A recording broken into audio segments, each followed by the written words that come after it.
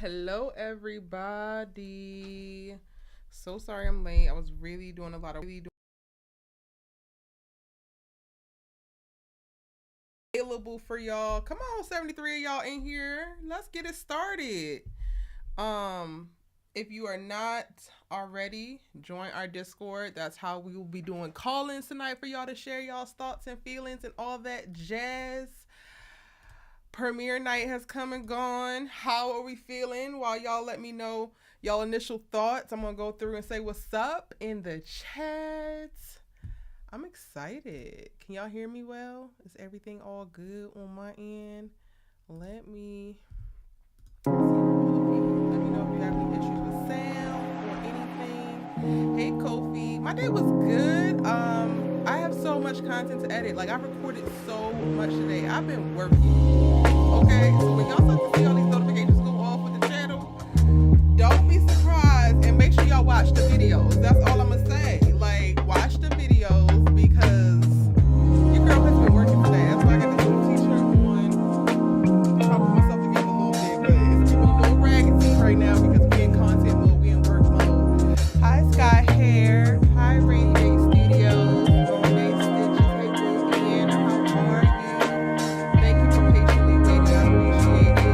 Adriana, welcome in, hi Nikki, Nayale, hi Don't hi Kathleen, hey Koosh, how are you? Vanessa, Ray Ray, Tamara, thank y'all, I am well. Thank y'all so much for your well wishes. I'm a little tired because it's, well, I did post something yesterday. I'm so bad with social media these days, but I went out last night to celebrate my friend's music video release, and child, I'm a little bit tired because I don't be going out, but we here, and I was really focused today on really just trying to get content done. I'm really excited about my recent out videos, which are going to be dropping, so be on the lookout for that. I recorded a ton, I'm editing a ton. Angela, Ariel, Kenny, hey boo, hey, we back up in this thing. Waiting for Bel Air. Is probably gonna be like same time as last year, so probably like February, because they're filming right now. We might wind up getting them in March, honestly. It really just depends. Aaron said y'all prepare yourself, shit about to go off. Not y'all knowing, like, if you are new and you have never been on a live stream before, can you type a 1 in the chat so I can get a good understanding of how many people are like brand spanking new? Even though I'm still gonna cut up, but I just want to understand, you know? Demetrius, what's up? I think I got everybody. Monet, Ariel, Micah, Simone in her single girl era. Yes. Destination Destiny.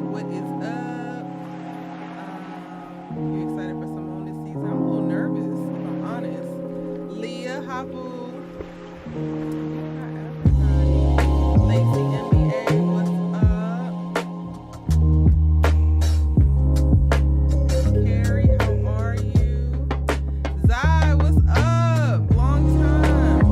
Deontay, hey, how are you? Ashibu, what's up? Tripstar, EPR, Jasmine. Turn the background music down a little bit. Got it. Sorry.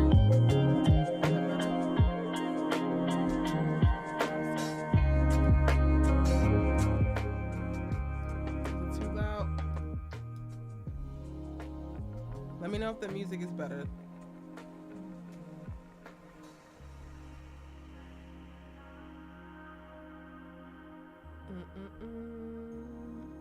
Let me know if the music is better.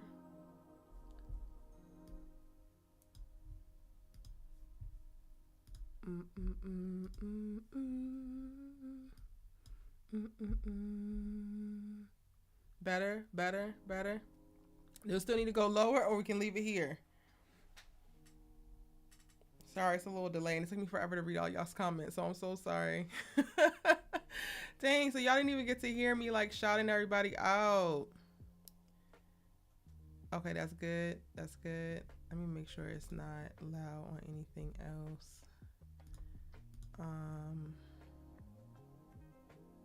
Better now. Leave it like that. Okay, cool. Cool. Perfect. Yeah, my chat is a little bit delayed. So when y'all type in, I'll say something and then y'all won't hear me for like 5 seconds. So it takes a little bit. I have to wait. Shari, hey. Melissa, Dante's analysis, what's up? Sweetness, how are you? Am I too loud? Is my mic too loud? Let me know. We gotta get the audio right because we about to have some conversations, y'all. We didn't see some things. We about to have some conversations. Nikki, Lawrence, Rainy Day Studios, Kofi. I shouted all y'all out before, but y'all probably couldn't hear me over the sound, so I'm doing it again. Dante, Sky Hair, Uniquely Jasmine C. Hey, Kimberly. Shout out to all my members up in here. Now y'all been waiting. Y'all been waiting for All American to come back so we can come on here and cut up. I love it. Trudy Thomas, how are you, my love?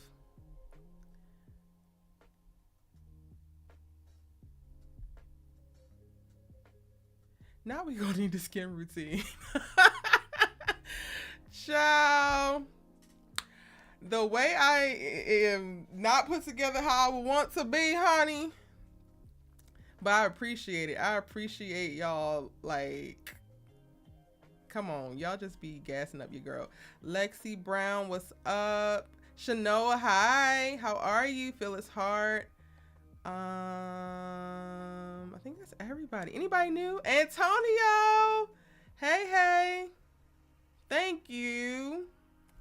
If you're not in the Discord yet, then you should join the Discord if you plan on whether coming on camera or using your voice to reply. I do have specific segments where I'm going to have y'all be able to call in. We're going to use Discord moving forward. I finally worked that out. That's why I'm a little bit late, because I was having technical difficulties. I had my cousin in the Discord like, y'all, I need to figure this out for my people because they not playing with me. They not playing these games. So I did get to work that out, and we're going to be able to chop it up and talk about everything. We do have a lot to talk about, Leah. We have a hell of a lot to talk about. It's insane. Anybody new up in here? No, I didn't see no ones placed in the chat. So there's nobody new. I mean, I'm still going to cut up regardless, but if you knew, you better speak now if I ever hold your peace, okay?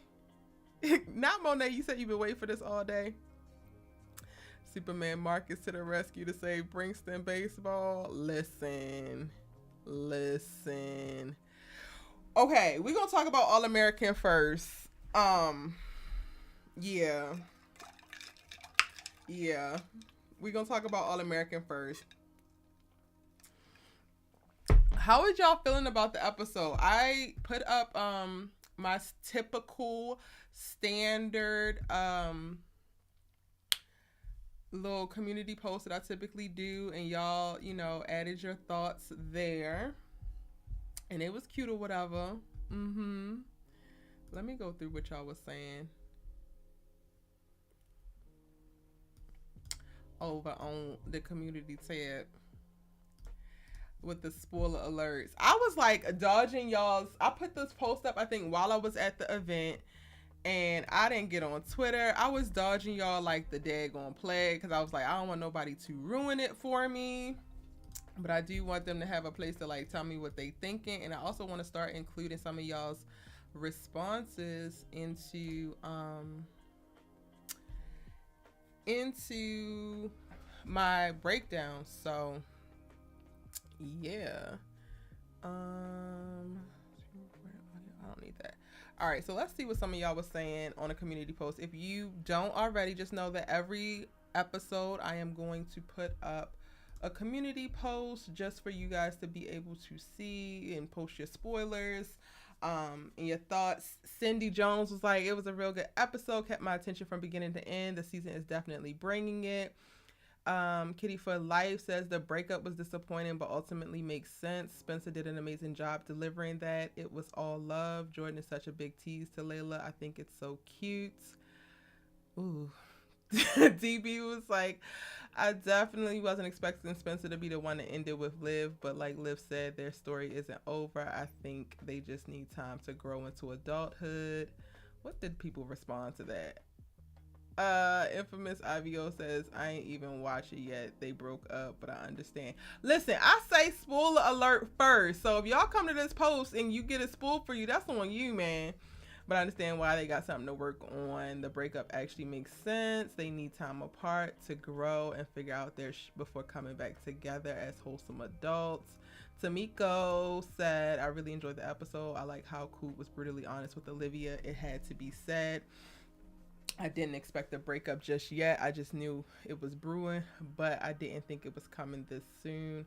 Best part of the whole episode, I mean, Coop gave Liv that heat. Yes. I love how Coop ate Olivia the fuck up. Yes, Destination Destiny. Kofi said, I didn't think Spencer would rip the Band-Aid, but I'm proud of him. Sometimes when you love someone, you have to think of them before yourself. He had a eureka moment after giving advice to Keisha, so I'm good with it. And maybe they will get back together for the story with Liv. I think it's serious enough to investigate. Intentionally injuring players is a breach of ethics and damn right be criminal. 8.5 out of 10. What's y'all numbers? What y'all give this episode? Kenny says, Olivia, I get why, but why? I blame the writers. I can't. Jordan never fails to piss me off, basically. Not Static IP coming in here with the smoke. Spencer and Layla will get back together. I can't. Y'all are hilarious. What we voting for the episode, y'all? What is the episode giving? Kofi gave it an 8.5 out of 10. What's the episode giving, y'all? Hey, Toria. How are you? Lacey says a 10 out of 10. Trudy says an 8. Zaya says an 8 for All American. 9.5 for All American Homecoming. Melissa says an 8. Lexi says a 7. Jasmine says an 8. Alexandra says a 9. Erica says, hey, Erica says a 7. Nia Lee is an 8.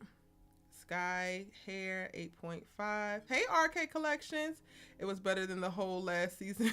Last half of season 4. Yes. I will say that. Okay, cool. 7, 8.5, 7, 7.5. Keisha said a 9. Lawrence says a 9. Dante says an 8. Okay. Dante's analysis says a 9. Well, I ain't trying to be the negative Nancy up in here, though. But y'all be want to know what I really think. I give that episode a 7.8.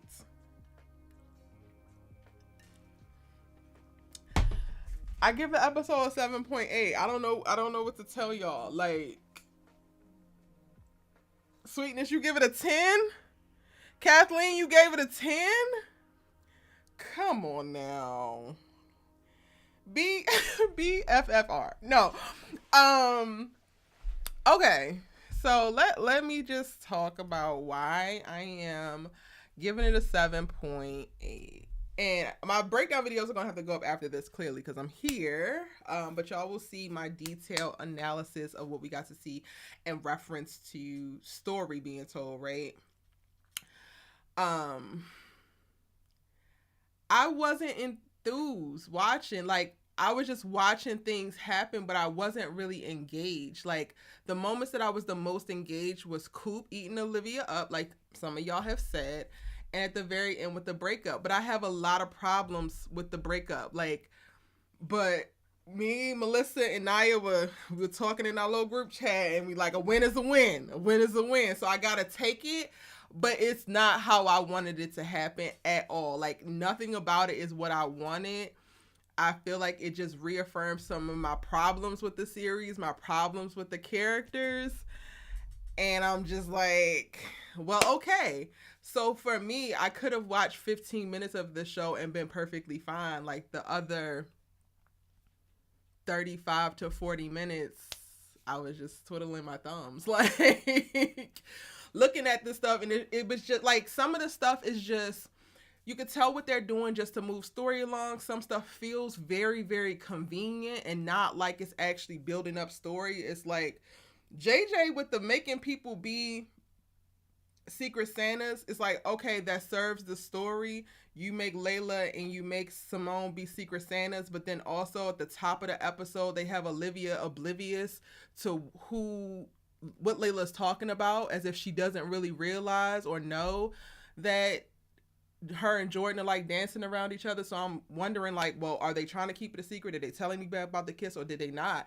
And then when JJ is running around here putting Layla and Simone together, I'm like, well, if they told JJ, they had to have told Olivia. So like, that kind of stuff didn't really make sense to me. Started taking me out of it from the beginning. And then I was like, well, maybe Olivia has just been so checked out from everybody that she wasn't paying attention.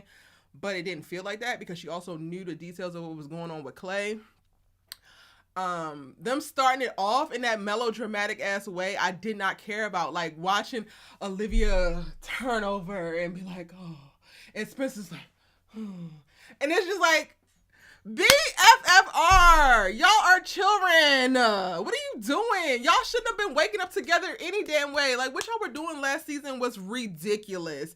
So like, the fact that y'all trying to give me that they longing for each other to be waking up in bed together, it's like, all right, cut it out. And it's also like, Olivia, are you really missing him next to you when you've been avoiding him this whole entire time? But maybe you miss the sex, but you don't necessarily miss the, like, all of the things that come with being with a Spencer, right? So like, all of that, I was just like, okay, I'm watching it because I have to come and talk to y'all about it, but it didn't actually like capture me. It didn't pull me in, you know? Like, I really was living for the moments of Coop, and that's it. Like, even watching Spencer, like, yeah, I'm gonna throw a party. Spencer, party don't even sound right coming out your mouth, bro. But like, okay, I'm gonna get my girl back. I'm gonna throw a party. Like, I just was not excited. Like, I was excited to see Simone because we knew that Simone was coming. But even how they did that, like, I like the choice of, it was just, you know, Simone is back home and supporting, but like, Jordan is avoiding her. Layla is avoiding, like, I was just like, BFFR the whole time. So I'm going to go ahead and give it a 7.8, y'all. And I'm going to go into what I feel about the breakup after I like read some of y'all's comments. That's because y'all are going crazy over here and I just see the chat going like this. But those are like my initial thoughts and the reason why I'm going to go ahead and give it a 7.8. I don't know if All American is ever going to really make it back to the level that it was at in season 1 and season 2. I'm hopeful, but I realize that I am holding it at a certain regard based off the storytelling that we got, and we may never get back there. I'm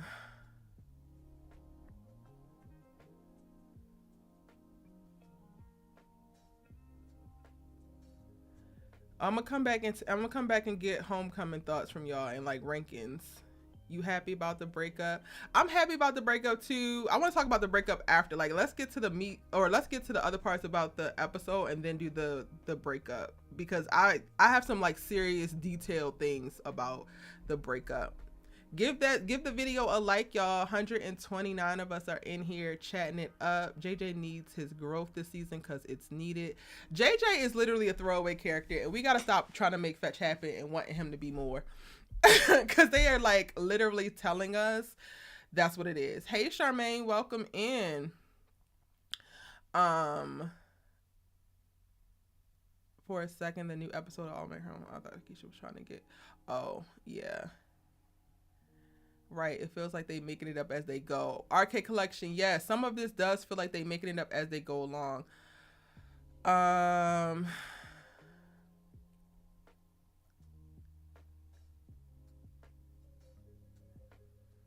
Exactly, my thoughts was, here they go again, acting like they're 50 and they've been married for 20 years. Like, BFFR, what are we doing? It was way too soapy. Stop it. The start of the episode was just so soapy, so dramatic.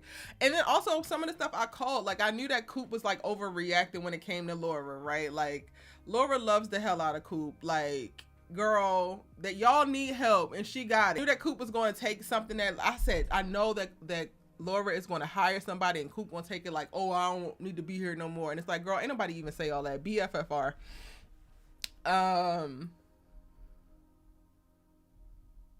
I wanted to see more of Patience. Like, they wrapped up everything and moved on. Yeah, like, yeah. The most annoying part of the entire episode was the whole Jordan is avoiding Simone. Layla, I get a little bit, but then also, girl. But Jordan avoided Simone, it was driving me up a damn wall.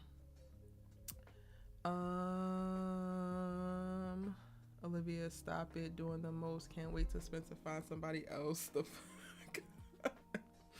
It's everybody now turning, because I remember I was getting eaten up. And shout out to, I think it was Cheryl. I can't remember, but Cheryl, I think you DM'd me and you sent me an article that NK did talking about Olivia and why they're breaking up. And we were talking in the DMs about how a lot of the things that happened with them in accordance to this breakup I've spoken to. And I think it's so funny that like people were eating my ass up when I started to point out certain things, why they needed to break up, what wasn't actually working. And Erica was every type of hate and hoe in the book. But when I read that article, NK literally, her reasoning for everything that they have done in breaking Olivia up is literally things that I have said right here on this channel. So I ain't trying to say I be knowing, but I kind of be knowing. Go ahead and subscribe. Coop was doing too much when she gave that picture of Olivia and Spencer as a gift. Like, girl, I was here for it. Coop is like getting back to season 1 Coop for me. And I'm going to need her to keep this energy. Kofi says, can't lie, I enjoyed the scenes with Layla and Jordan. Jordan was smooth with it though. What do you expect the light-skinned dude to do there, man? Such a tease. I laughed when he curved Layla. I don't think anything is cute about it, but you know, if you like it, I don't love it, but I'll love it for you. Jayla is going to chat my ass this whole entire season, and I'm really trying to pray on it, y'all. Like, I'm asking God for support and help, because it's middle fingers to Jordan Baker, go to hell. Like, I don't like it. I don't like nothing about it. I guess we're going to have to talk about this breakup, because y'all ain't talking about any of the other stuff that happened. We love Coop. If I have to watch another minute of Spencer looking like a beat on puppy, I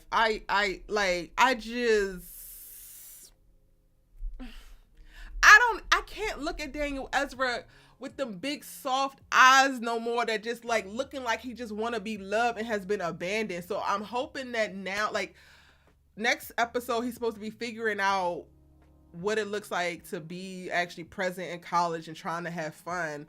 But like, I'm gonna need him to do the Jordan Baker when it comes to the relationship bounce back, because I cannot watch Spencer be sad for too much longer. Like, I really just can't do it. I really can't. It stresses me out.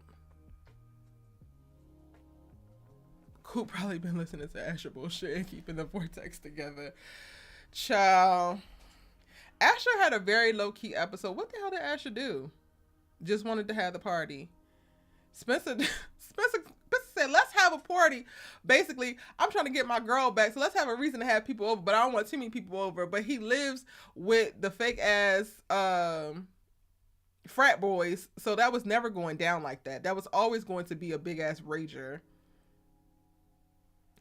Yeah, I struggled. I struggled with it. Keisha chapped my ass at the beginning, y'all. I ain't even gonna hold you, because Keisha saying you can't throw stones from your house in Brinkston, I was just like, I understand what you are trying to say, Keisha, but if we gonna call a spade, and I'm ready for y'all today, okay? I'm ready for all you Simone haters today. Because if we gonna call a spade, right? Simone was not pursuing Damon. Damon definitely had interest in Simone very early on. Cool. Simone gets to a point where she realizes that she's developing feelings and she pulls back. She runs back to her relationship only to find that something similar is happening over in Jordan's life, in Jordan's path. And she decides to end it because she can see that this thing is happening and she don't want to be the restrictive thing on Jordan's life, right? Cool. Once she returns, she did not go running back to Damon like some of y'all want to portray. She was very much so focused on grieving. And I was so glad that she said in this episode, Jordan, do you think that I would really move on that fast? Yes. Because his little raggedy ass did, as if you never even existed. So back to my original point. The whole thing with Jordan and Layla has been completely mishandled. What y'all never going to be able to convince me to do is blame this whole thing on Simone. Simone did the best that she could with what she had. She was very mindful and respectful of her relationship. And Jordan is running around here as if that relationship never even existed. Meanwhile, it is the number one thing that has added any type of character development, maturity, and evolutional situationships to his life. Like, everything that's great that has happened for Jordan has come by way of his relationship and his interaction with Simone Hicks. Because outside of her, he is raggedy. Okay? Raggedy. Argue with y'all's mamas. Keisha's another one that irks me, but we'll get to her eventually. Yeah. Oh, Antonio, BFFR is beefing for real. I talk in TikToks now. I'm sorry, but really not sorry. Personally, I think that Olivia needed the honesty from Coop, but I think that she was a little harsh, in my opinion, like the bungee jumping on a boundary. Okay, Kenny, I love you, baby. You have been here for quite a while. You's a real one. But no, Coop was not was perfect abrasiveness, because everybody tiptoes around these damn Baker twins. The little light-skinned lovers that are actually menaces, they get to do whatever they actually want to do, and nobody checks them in the way that they need to be checked, in a way that's like abrupt and harsh. Like, life ain't easy. This ain't just all shits and giggles. Like, no. And Spencer wasn't damn going to do it, so I'm so glad that Coop did it. Like, girl, if you don't want him, let him go. Period. I loved every bit of that energy, because she don't get to hear it and she needs to hear it.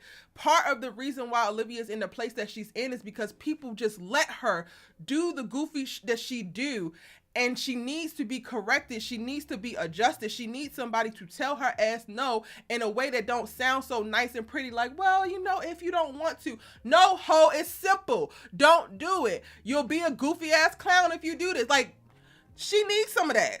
She needs it. She's been wanting to tap into her blackness, and she's been like, she needs it. There's no way around it. Olivia has been menacing on her life, on Spencer's life, on her mama life, everybody's life. She needs to be told the damn truth. BFFR. That's it. That's it. I'm sorry that you have all of your life had the privilege of somebody talking real nice and kind and soft to you, but guess what? We're done now. We have watched Spencer for over the course of now, y'all. It has literally been like 35 episodes that we have watched this man like become a shell of himself, all behind this girl. This is back from season 3, y'all. I will never forget how Spencer looked when she ran her ass across that Black Lives Matter mural on the ground and jumped into Ash's arms right in front of Spencer. And y'all mean to tell me that Coop was too harsh? BFFR. I'm just saying. Melissa said the way that man lost himself in this girl was so painful to watch. Painful. Okay? Painful. She got just enough harshness. She needed it. And even then, she wasn't even really trying to hear it. She's like, our relationship is our relationship. Olivia, you don't know what you're doing. You have never been in a healthy relationship ever. So while that sounds cute and all, and yeah, y'all's relationship is y'all's relationship, you also don't know what the hell you're doing, and you driving this boy crazy. So somebody got to step in. Period. The same way your parents supposed to step in if you go out here and get a job and you don't know what to do with the damn job, or you got to call your mama for your social security or whatever. Like the same way that a big sister like myself will step in for my sisters anytime if they don't know what the hell that they doing in a certain situation. Somebody got to tell you sometimes, because baby, you don't know what a healthy, non-toxic relationship look like. You ain't never been in one. Period. And ain't none of y'all gonna convince me that she has, because I'll wait. It was time. Somebody need to say something. If Spencer wasn't going to be the one to do it, by golly, Miss Molly, Coop was the next best bet. After that, it would have been Patience. In all honesty, it should have been Layla, but I guess that would have really hurt. And she didn't want to lose her friend. But Layla would have been the perfect person to tell her ass.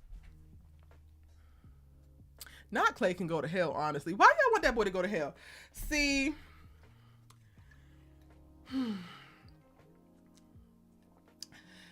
It's Layla aligning with Jordan for me that's like, well, I want to hear Clay ass out. That man he ain't got no family to feed. I'm about to say he got a family to feed. That man got dreams. Why y'all hating on that man's dreams? Do you think that Davida and Spencer may find a bond together? I hope not. I like Davida. I want Spencer to be single. I don't want Spencer to find joy nowhere else until he finds it with himself. Period. Don't ship him with nobody else. Don't do it. I absolutely love Spencer and Simone. I will watch Spencer and Simone on the screen all the time, but I don't want to ship him with nobody else until he learns how to find joy with himself. No. Absolutely the hell not. Spencer needs to be single. And if you take that as me saying, oh, I don't want Spencer to be happy, then go work that out with your therapist and argue with your mama, because that's not what I'm saying. I'm saying that Spencer literally took every piece of anything that really mattered and put that inside of that girl and let her run amok with it. And he needs to be able to take his power back, find joy within himself before he can do anything with anybody else. Jordan was annoying in both shows. As to be expected. Why was Keisha even there? She was there to support her man, not Cam with the ordinary people cover. I was like, wait a minute. As soon as I heard it, I was like, is this Cam? What is happening? But I was excited that they weren't starting off the season like at odds. So she came home to meet his parents. I'm actually low-key really, really proud of Cam. Shout out to Antonio. Cam, y'all's finna be thriving this season. I can feel it. Simone and Olivia didn't interact. That was funny, right? But I guess, Liv picked her side. And I'm side-eyeing Layla real hard because, girl, this is not like you. It is not like her at all. At all.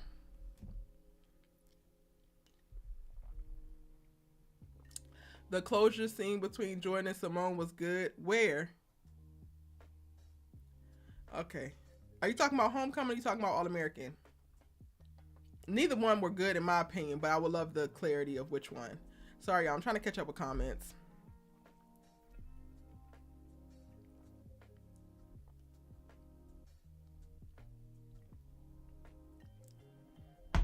Vanessa said, I hope Spencer don't mess around and get a girl pregnant trying to get over Liv.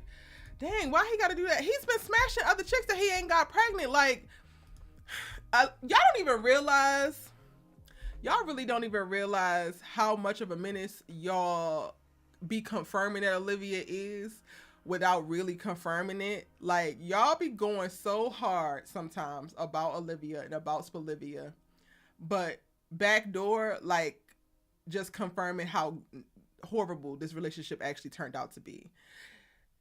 Spencer dated Kia, effed that up, backslid with her, didn't get her pregnant.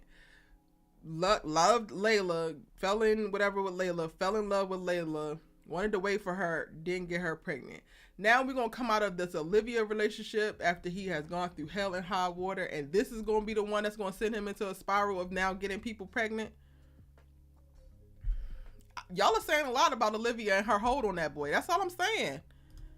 That's all I'm saying. Let's get a BFFR counter. We need one, because that's all I got to say right now. Like All American's not being for real. It's not. It's really not. It's just not. Not y'all. The light-skinned lovers. They, ooh. And I'm also watching Reasonable Doubt, y'all. So I'm also looking at Michael Ealy like, why aren't you leading these other light skins to glory? Like, because the other ones is menacing and getting on my damn nerves. I don't want to see him. But Michael Ealy, I can't stop looking at. I'm like, listen, the Baker twins looking terrible right now. Yes, terrible. The Baker twins are the true villains, period. Not a Spencer fan, but it was a car accident for you. Hello. Yeah, her jumping into that white man's arm was crazy. Sometimes Spencer be walking on eggshells sometimes around Liv. This fandom needs to stop babying Olivia for real. Period. Are Layla and Simone going to have a conversation though? Because she talked to Jordan and got closure with him, but tensions between Simone and Layla was still high when she left. I personally don't feel like she got closure, but y'all, you know, y'all can say that, I guess.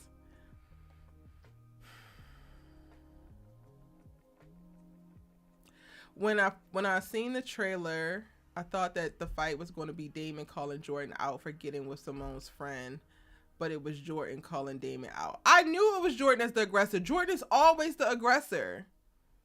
His Beverly Hills behind is always the aggressor. It escapes me, like, where he cultivates all the audacity. Coop made points, but she's the wrong messenger. Coop forgot the bullet she mentioned that Spencer took for Olivia was meant for her. Listen, she was on a roll, and I was just like, well, we're going to go ahead and ignore it. That's fine. He took a bullet for you. It was actually meant for Coop. Big fact, Shari. This is why we see each other, Shari. Hey, Jamal, welcome in. Welcome in. Layla ain't never want that company, so the whole storyline is going to irk me. Yes. Never wanted it. Now all of a sudden, Clay, what do I gotta do for you to give me my company back? You ain't getting it back. I got a legacy to build. It's giving Jordan. Let me find out that Jordan ruins all the women that he gets with, because I didn't realize this, and we're going to talk about it a little bit more with Homecoming, but Simone is giving Jordan Baker on the court. Like, Simone is giving, I think I should be top 6 because I did a little bit of work and I want to be, but I don't even know my weaknesses. I'm not recording my practices until somebody actually says it, so I don't even know what I look like. Like, girl, Jordan would never, Damon would never, Thea would never. It's given very much so entitled as Jordan. Layla's starting to give Jordan. See? Y'all didn't want to believe me. They not a good fit. He's going to take her down, bro. Let's stop it with the shipping nonsense. Let these people be single. Single. Like, yo, we met them their junior year of high school, and we have seen them go through marriages and children and waking up and going to bed together with the damn bonnets, and like, they not even over 21. It makes no sense. Melissa says, I feel like AA has been avoiding characters having difficult conversations like the one that Jordan and Simone should have had, and Layla with Simone. Can we all come to the conclusion that Jordan ain't it? Can we? Can we?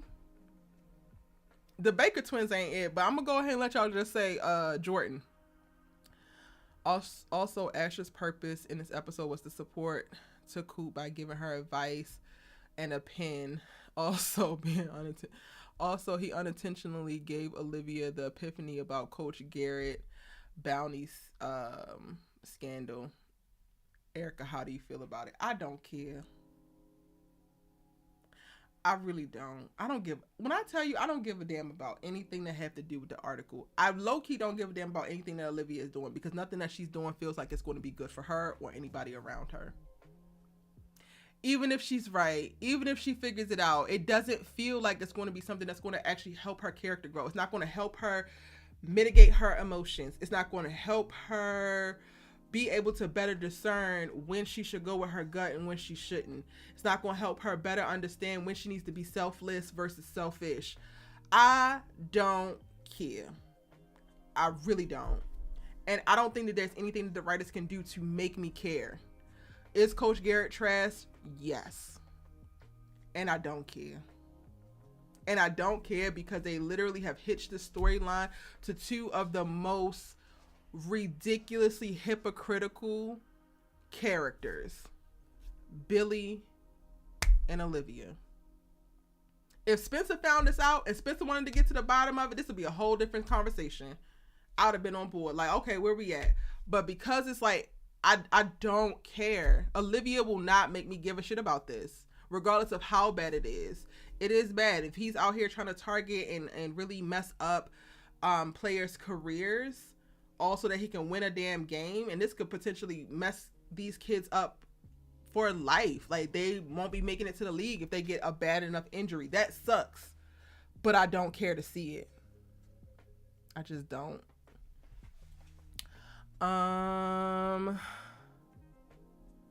Wait, what is that? I think Jordan and Layla will be good, mostly because I think she be good for him, and they've been friends for a long time.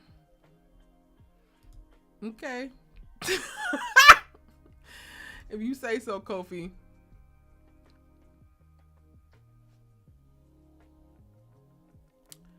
Oh wait, I think I'm like missing something. But yes, you were right about the purpose of Asher.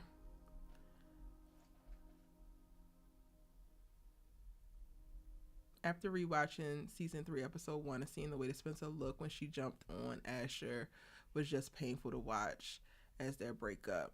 It was well overdue. It needed to be done. It needed to be done. And I don't want to be a girl to say I told you so, but all you little trolls, y'all can't say anything because y'all, you know, don't subscribe and you have like some little tab saved so that you can make sure that you come and watch my videos, but you press the dislike button. I'm going to tell you I told you so. Because y'all asses was mad because I told you the truth about your queen. But I'm not the one writing her, so argue with y'all's mamas and NK, which I heard that y'all are over there doing on Twitter. But that's none of my business. All these ships are dying. The only one I got hope for is Cam and Keisha. I don't even know if I got hope for Cam and Keisha no more. Because the way that Keisha like flipped that switch, I was like, okay, it is nothing for a pimp, huh? Okay, it's nothing. Bro, we don't even know this coach. Why do we care? Okay, so I'm not the only one who don't care. Because I was like, maybe you being heartless, Erica, but then I also don't care if I'm being heartless in this moment. Y'all don't care either. I'm going to open up the chat line if you want to join.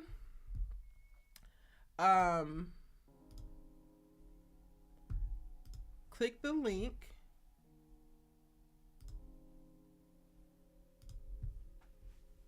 Here.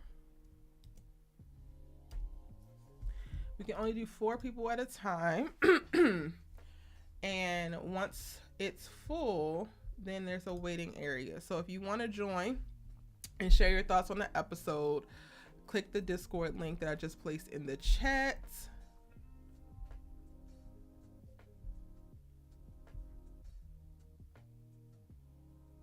Jordela is kind of forced and rushed. The scene where he tells Layla he'll wait for her was cringe. You'll wait for her, but you won't wait to grieve your marriage. Okay, sir.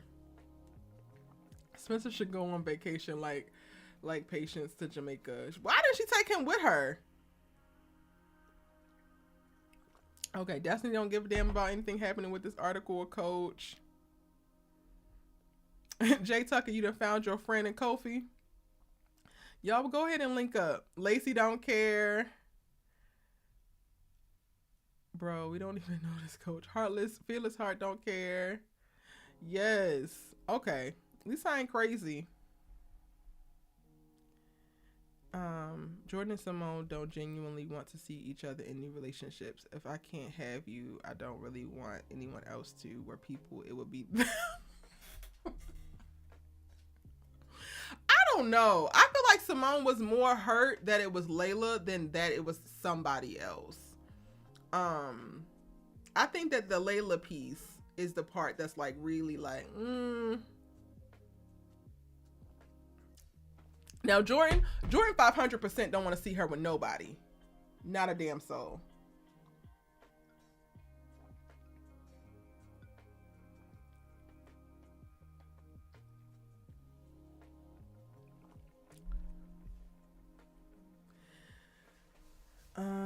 In my opinion, all of these ships are cute. Jordela been flirting since the cotillion.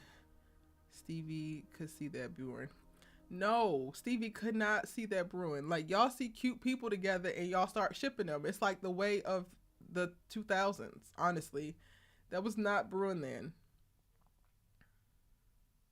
That same night, Layla is on the roof of the cotillion talking to Spencer, who's saying he's gonna wait for her, and she's getting all teary-eyed and just so overwhelmed with the idea that somebody cares about her so much that he's willing to put her first and just wait for her. She was not thinking about Jordan like that. Maybe y'all saying that Jordan was thinking about her, but I don't think that they were thinking like they were brewing like y'all are saying. But y'all got it. If that's what make you sleep better at night and feel happy during the day, Layla and Jordan been brewing since they were 3. Y'all got it.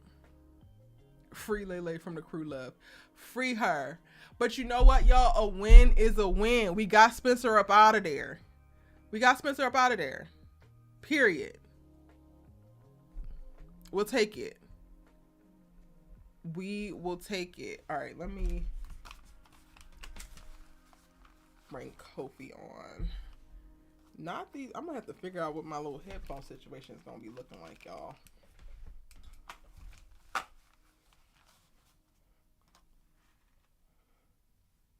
JR needs to reconnect with his ex. JR need to keep what he got going, and like, that's it. That's all I want for him right now.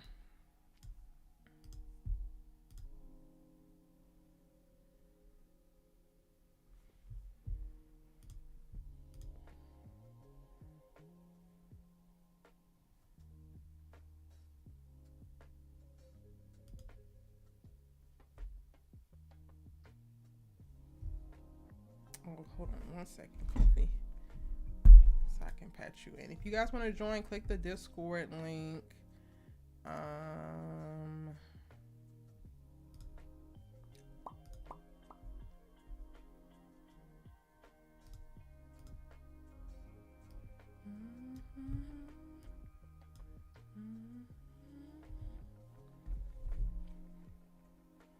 Kofi, you have not connected yet, so once you're connected, I'll bring you on.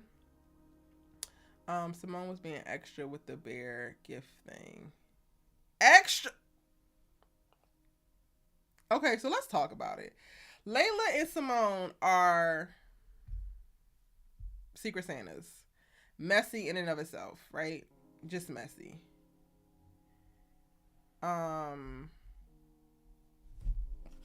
Once you join Kofi, I'll come back.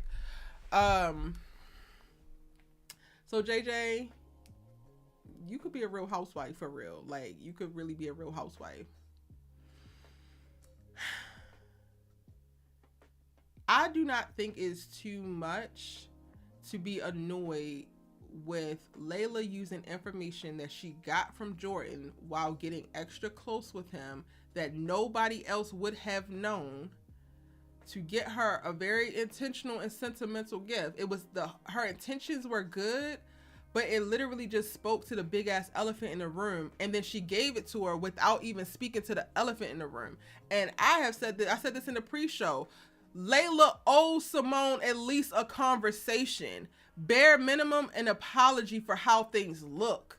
So the fact that you can go out your way to take in this information that you got from Jordan and try to do something so nice because you want to come off as a nice person and you want to be my friend, but I don't even understand that. But you also don't want to address the big ass elephant in the room and give me the self-respect or the respect for our friendship to be honest about that. It's some bullshit.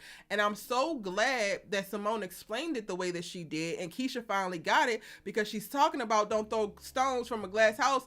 And it's like, well, she ain't living in a glass house. Simone has been accountable for all of her things and has been honest about all of her things. It's these two that aren't. Period. I wouldn't want this goofy ass girl to be giving me no bear either if I had never had a conversation with her about it. I hadn't even had a conversation with Keisha about it. I didn't even have a conversation with Nate about it, with Damon about it, and then you got Layla giving it to me. Do I BFFR? Like, no. Absolutely the hell not. And I wanted Simone not to leave out that damn place without saying 1 or 2 cents, because it needed to be said. And both of them wanted to just continue to avoid the matter at hand. No. Absolutely the hell not.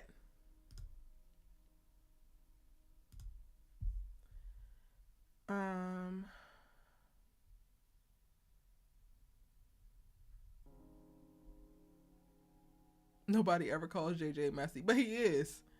And that's fine. You gotta turn Kofi, you have to turn your thing on. It says that you're loading.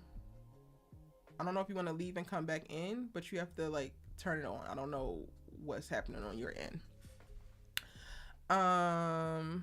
Erica says it was a nice gift. Was it?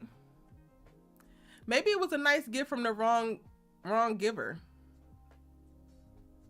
Because I'm not playing them games. Jordan and Layla are way too cute. It's how a relationship should. I can't even be fucking for real and read the guy. Oh. Angela says, Jordan and Layla are way too cute. It's how relationships should look. Him teasing her just gonna make her want him more, but he not gonna rush her. I love how he turned the tables on her.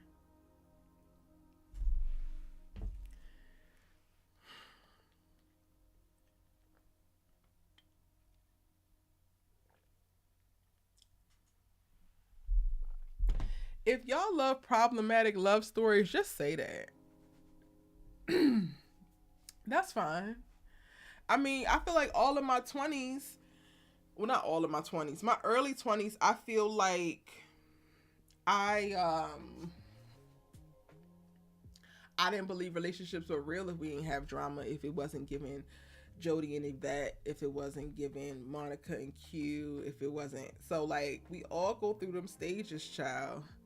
But if you really just like problematic love, then just say that. Shari says, I'll say that Spencer and Olivia breakup will last until the mid-season finale. I can't. I cannot watch them get back together. So that's probably when I'll tap out. Simone feels betrayed as she should. Yes, she should. This first episode was going to convince me yes or no, but I'm still on the fence. I'll watch one more episode. I give new series 3 episodes, so they getting 3 episodes out of me. Layla gave her a well thought out, considerate gift, and the only thing she could think about is the fact that Jordan told her about the bear.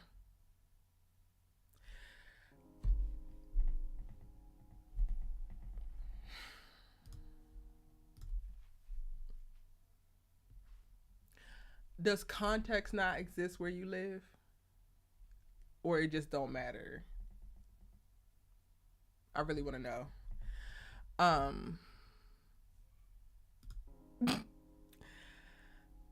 I think Simone should be more mad at Jordan than Layla. Breathe the chemist. Did it look like she was more mad at Layla than Jordan? Because it didn't look like she was more mad at Jordan. I mean, at Layla to me. She was so much so not more mad at Layla that she was even able to give her what was really a nice gift. What was something that she had information on from actually seeing her out in the wild and coming back home and seeing what was going on with her and Clay and understanding it, even though that girl was damn avoiding her, not from whatever little pillow talk that she might have got from somebody that Layla might have been, you know what? Some of y'all are really committed to not liking Simone, and that's fine. That's cool. I gotta remember that when I'm having conversations. That's Cap. She was not honest about her feelings for Damon. Kristen, that's Cap. Okay. Whatever you say. Kimberly says, yeah, she definitely owes her a conversation for sure. She's been through this type of situation herself. That's the thing. And context matters.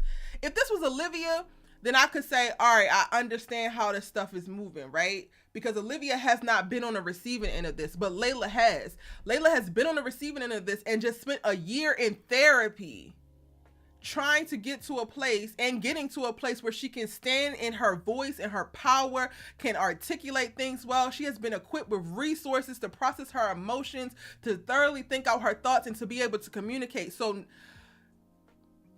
Layla is more evolved than these people, and she needs to act like it. And she has been taken to a place where she's seemingly less evolved, and it's a no for me.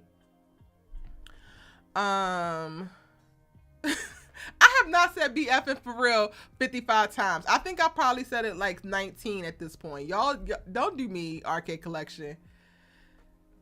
How was who not honest? Rainy Day Studio wants to know. Nobody got closure. Throw everyone's avoidant behavior away. Everybody but Spencer was non-avoidant.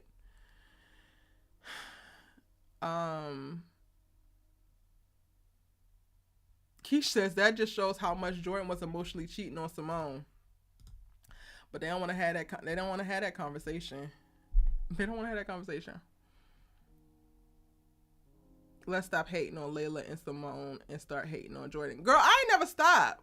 Like, well, I only stopped hating on Jordan in the moments where he was seen with Simone. Y'all can go back and check the Carfax, because Erica has been saying for 2 years now, Jordan is only good when he's with Simone. Outside of that, I don't give a damn about that boy.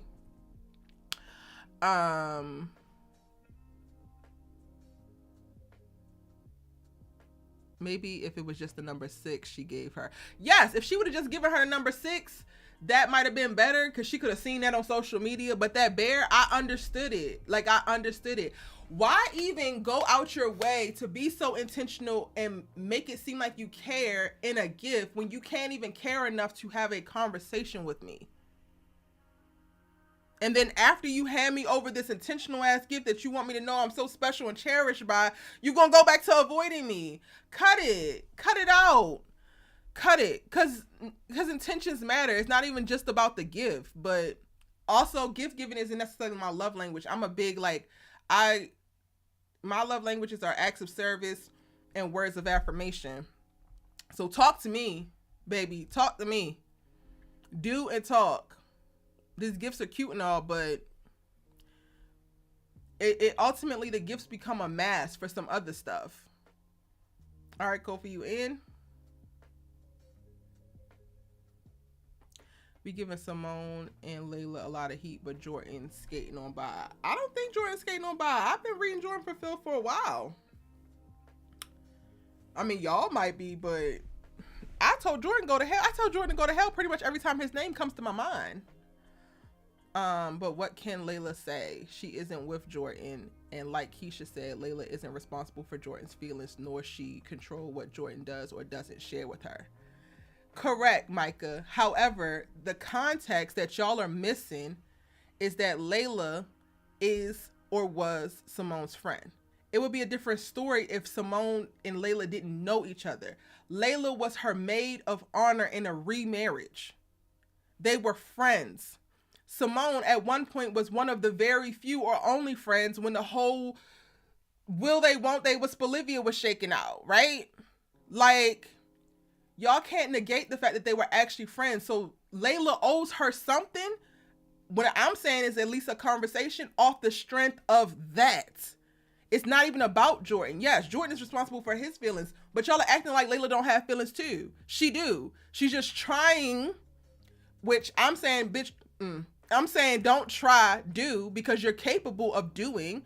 She's trying to not get with him too soon. She's trying to make it seem like she respects Simone and wants them to maintain a relationship, but she's not actually doing the things that would allow for them to do that.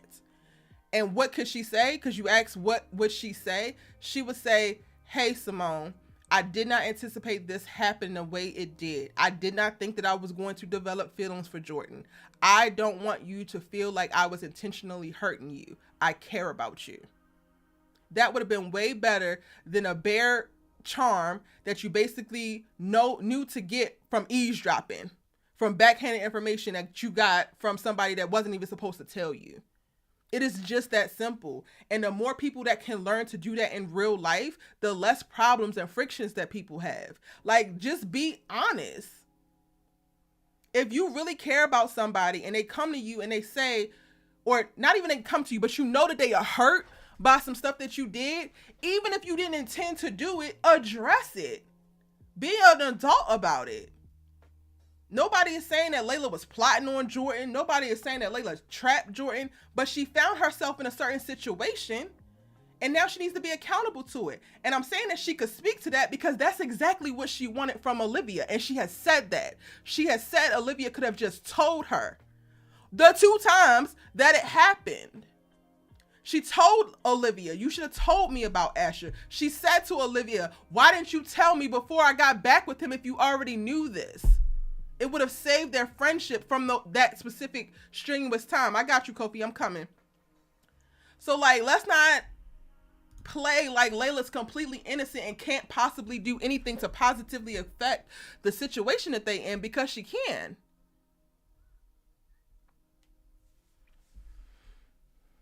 Simone is way too nice to Layla, way too nice to Thea ass, but both their asses got confronted, but she always takes the high road.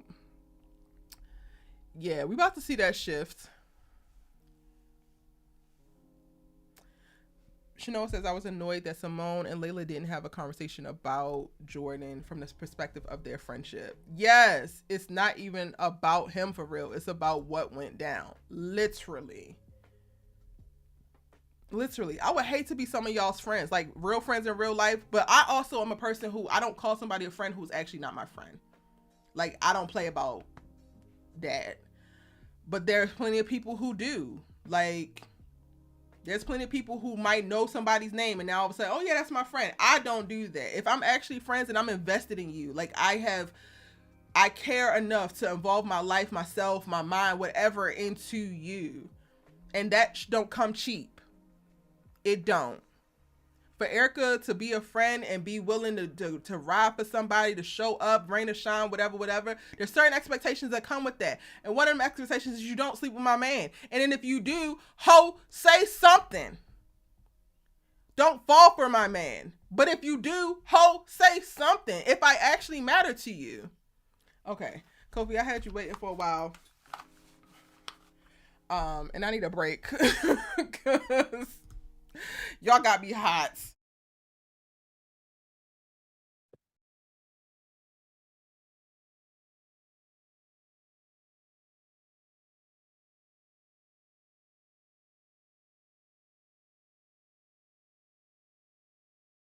Yeah, can you hear me? Hey, what's up? What's up?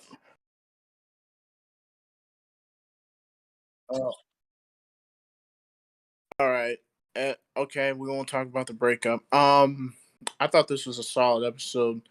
I think this one, I slightly like this premiere better than the season 4 premiere of last year.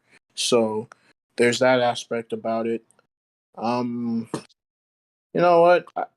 I'm going into this with like cautious expectations because I'm don't get me wrong, this is still my show and I still rock with it, but I'm like I'm not like enthused as I used to be. But maybe if I watch a few more of these episodes, they'll catch my attention. So that's where I'm at. Yeah, that's where I'm at, honestly. I mean, Homecoming was fire, so I enjoyed that one a little bit more than this, but this was solid. I thought the episode was pretty dope. I mean, I'm enthused. It's just I need to know where they're about to go with this. You know what I'm saying? Like what they said, it's about everybody's going to be going through something.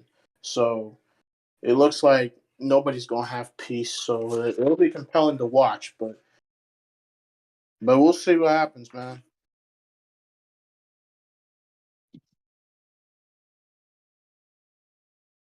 All right.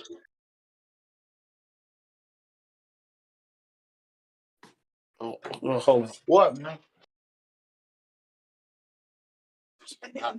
That's my brother. My bad.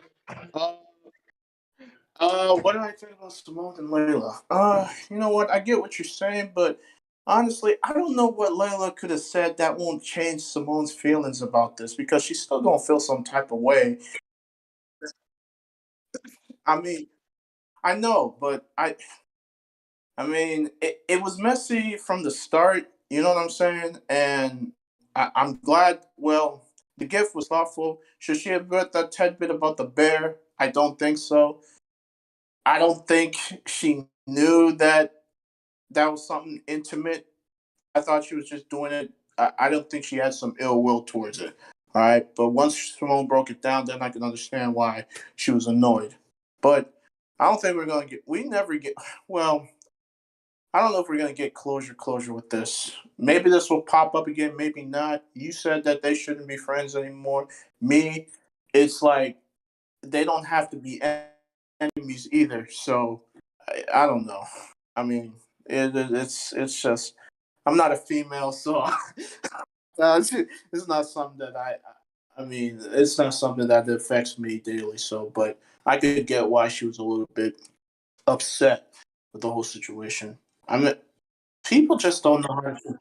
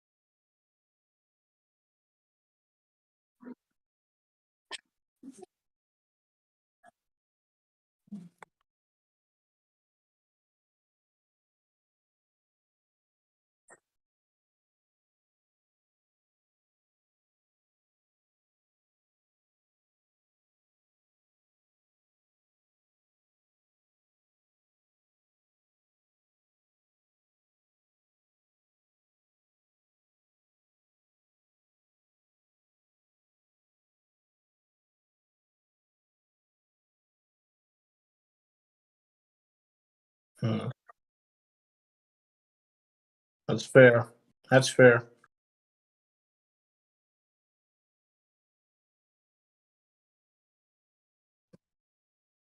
That's true.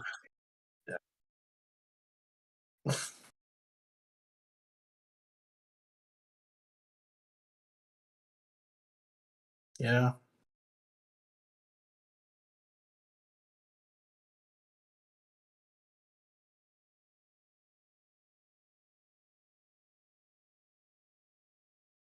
Yeah, I get it. Yeah. It's true. It's not it's messy, man. But it's like I don't know. Does this type of stuff happen in real life? Like this can't be real life though.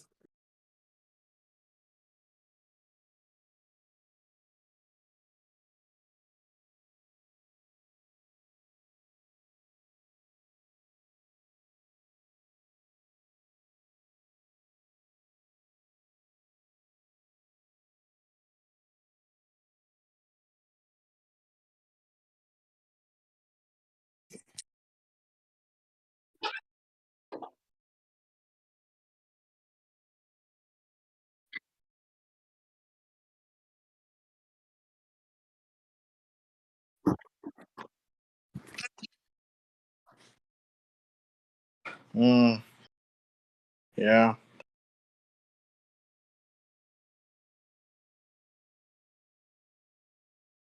Well, I'm not doing that. I mean, I can acknowledge that she has to if that's your friend, then you have to offer you at least owe her an explanation. Now, from Jordan's point of view, I don't know why he felt that he needed to share that information. I guess maybe he was trying to. This is why we need context, okay? Because you get named the Secret Santa. I don't know when you had time to go and get this gift. So like, I, the number 6 would have just been enough. I guess she added the bear just to be extra nice. I don't know. It just brought more unnecessary problems. You know what I mean? So that's where I'm at with that. Now Jordan, I don't understand why he felt like. Well, I can kind of get why he was avoiding Simone in this episode until they get to the party because she's the one that broke things off with him, and I know he was moving kind of like different in his reaction to it. So I can't excuse that, but I've had my heart broken before, and there were times when she came into town. I just wanted to. I did not want to be in the same area, so I understand why I'm not ready to have that type of conversation. But he did, Did and he did the put his foot girl in that the. broke your heart come into town after you was already slobbing down somebody else? No, see what happened with me was Now, I never you don't gotta talked. give me details. You can just say yes or no. No, Because it's one thing to say no, that you're not ready and you're still processing your grief and you're avoiding yeah, her because you're processing your grief, but you can't say that while you're also shoving your tongue down y'all's mutual friend throat. okay, Maybe see, while yeah, you that shoving your tongue down the little Becky's throats, maybe, but not with y'all mutual friend. I get. I think that's why he didn't want to because he knows that he he screwed up. I know he's the one that Jordan got don't broken up care with. that he screwed up. That's my I know. issue. Yeah, he doesn't care that he screwed up. I'm as an audience member, I'm saying he screwed up. That's what I'm saying, and I think I'm trying to speculate why he. Look, sometimes in life, you just if you confrontations are necessary, so you just got to rip the band-aid off and just have the tough conversations and then move on. Well, Okay, you only it have to ain't have that the deep. tough conversations if you care. If you don't care, be an asshole and don't care. But don't be running around here talking about that's my friend. I really care about you. I want the best for you, but I don't want to have a conversation. I don't want to be honest. I'm sorry, y'all, that y'all weren't able to hear the audio. That's my bad. A quick little spark notes. I addressed Antonio. Um, hold on, Kofi. Let me like catch them up really quick. You good? I addressed Antonio and hold on, let me switch. I addressed Antonio in saying, I'm gonna mute you, Kofi, real quick. Um, I addressed you, Antonio, when you posted a comment and it said that we don't know when she learned about the information about the bear, right? And it doesn't matter when she learned about the information. We know it's not speculation because Simone confirmed that she only shared that specific piece of information with Jordan. Nobody else knows. Like absolutely nobody else knows. And it's less about them keeping a secret or Jordan be able to keep this bear secret and more about the trigger that comes with the pain of understanding that I called this boy out on developing feelings for this girl and he couldn't even be honest with me. He wanted to gaslight me. Come to find out, what I thought was going on is actually going on. Neither one of them actually want to have a conversation with me about it, but Layla wants to go so far as to buy me a gold bear. So you pillow talking about some that really does matter to me. So then it's giving very much so conflicted. It's giving very much so, do you really care about me or do you not? Because this gift is one thing, but you're not acting like you do. And I also saw that you said that Simone could have said something as well. She could have said something, but she already did to the person that she had the issue with, and he gaslit her. So I personally believe that the ball is in their court. Now, did I want her to say something before she left that beach house? Yes, because I do believe that Layla had her all the way up. But I don't think that responsibility is on her.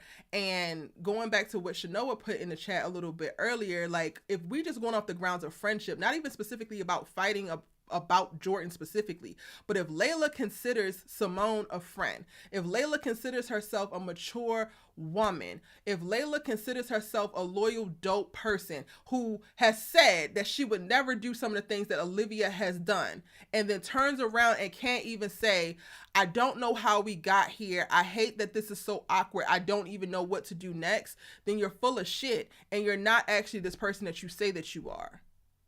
And what I feel like is that y'all are giving Layla this pass because she didn't intend for any of this to happen, when we need to all be fucking for real. Because intention and impact are two very different things. Period. Thanks for coming to my TED Talk. Kobe, you still there? Yeah, I'm still here. I was just playing FIFA while you went on that TED Talk. So, I'm good. Anything else you want to add? Yeah, I'll be quick, and then I'm going to let everybody else go. I'm really waiting for you to talk about Homecoming, so let me just be brief with this. I like Coop going into law. That's really good. Reading for Olivia for filth. I mean, if I'm honestly, that should have been Layla's job, but I'll take Coop, so that's straight with me. Mm-hmm. And then Asher, while he didn't have a specific story in this, I appreciated what he did for Coop, giving her that reassurance and giving her the pen. I thought that was dope. And, even his short interaction with Olivia, like saying that you got a lot to be thankful for, you did what you had to do. So I appreciated that. Now, I know they finna put my boy through it, and this is more of a prediction on my part. I feel like there's going to be, because the coach never found out about Jordan's hand. So for some strange reason, I got a feeling that's about to pop up again. What you mean? And the then coach never found out about Jordan's hand? Yeah, in the championship game, when Ash kind of figured out that Jordan's hand was broke after he punched Wade in the season 4 finale, right? And that's why but being a good friend, he just said, okay, let's just run the ball and keep the ball out of Spencer and Jay's hands, and then they still lost. So I feel like they're going to circle back to that. I don't know. And then I also feel like Jamie, his relationship with Jamie is going to be good, but I feel like she's going to have some health issues, and that's something that he's going to have to deal with. So that's just a prediction on my part. So that's just me. But other than that, looking forward to what he does. And, this next episode, I think Coop, and JJ are going to be there at that frat party with Spencer. So that'll be interesting to see. Okay. Desi, welcome on. So I guess that's it for me on All-American. Like I said, 8.5 out of 10. And I ain't got nothing else, honestly. Okay. All my feelings are on Homecoming because that episode was spicy. Oh my God. That episode, I was cackling the entire time. Desi, you here?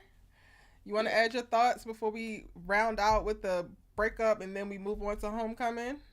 You can hear me? Yes, I can hear you, Mama. Hey, sis. How are you? Good. This my second. Oh, I'm dropping shit. This my second live.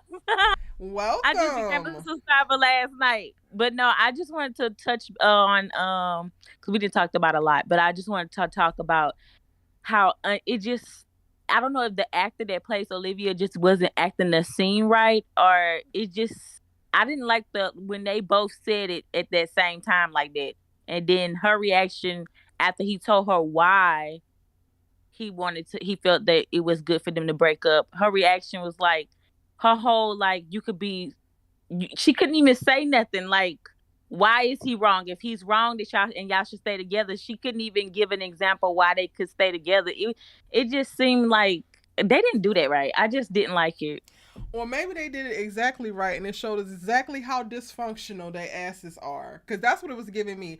The fact that she was like, I want to stay together, it was literally her choosing to stay in purgatory where they already were. Like, I just want us to stay where we're at. I want to be able to go off and do whatever I'm doing, and you be all right. That's what I felt like she was trying to give. Right. And no, girl, you cute, but no, absolutely the hell not. No, and I feel like I feel like the words that I feel like those words really did sting when Coop told her what she told her, even though Coop a little throw her off. But listen, I feel like she probably just wanted to stay in the relationship just for the sake that she knew that what was going on was messed up. But come on now, I don't like the fact that they sat up there and made it seem like this whole time. So how many weeks? That was 6 weeks. That whole time y'all ain't seen each other. And then Spencer just looking so sad. It was really just hard to watch. Like, even in the breakup, he's still like showing his love, how much he loved her more than himself. Like, I feel like I didn't came to the conclusion I'm gonna love you forever, and I've been going out my way to see you. Like, you doing way too much for Olivia. Like, I just feel like no, I didn't like it.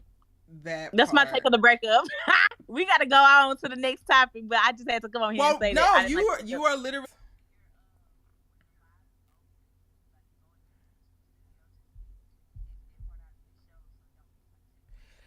Yeah, because that's definitely probably about to happen. So we will see.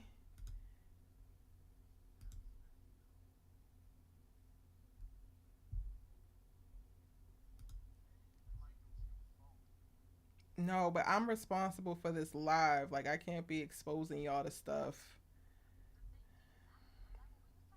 I forgot.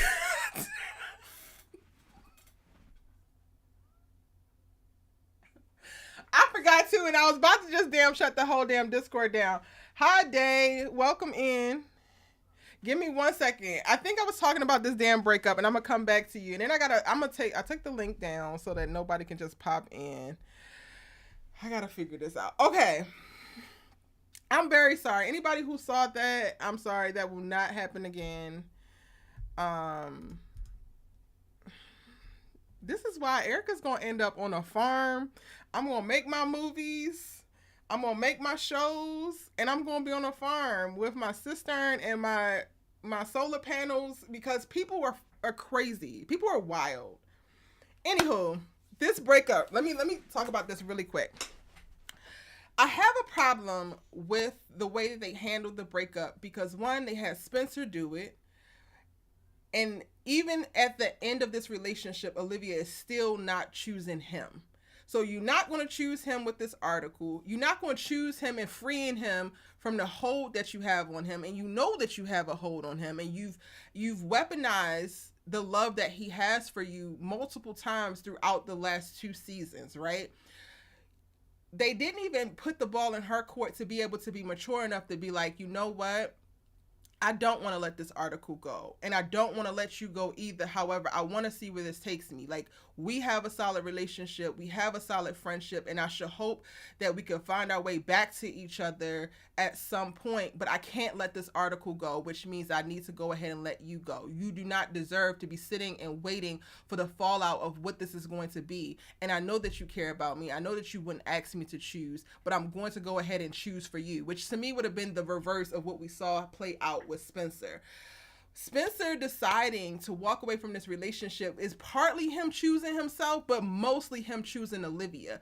Listening to him describe how he actually followed her around campus and was probably popping up outside her classes, knowing her classes, popping up outside her classes, and seeing her yucking it up and kikiing and enjoying herself as if nothing is wrong. Meanwhile, this man can only cultivate enough energy to get the job done on the football field. They still losing. Jordan's goofy ass on the sidelines with a broke ass hand him from some goofy shit that he done did.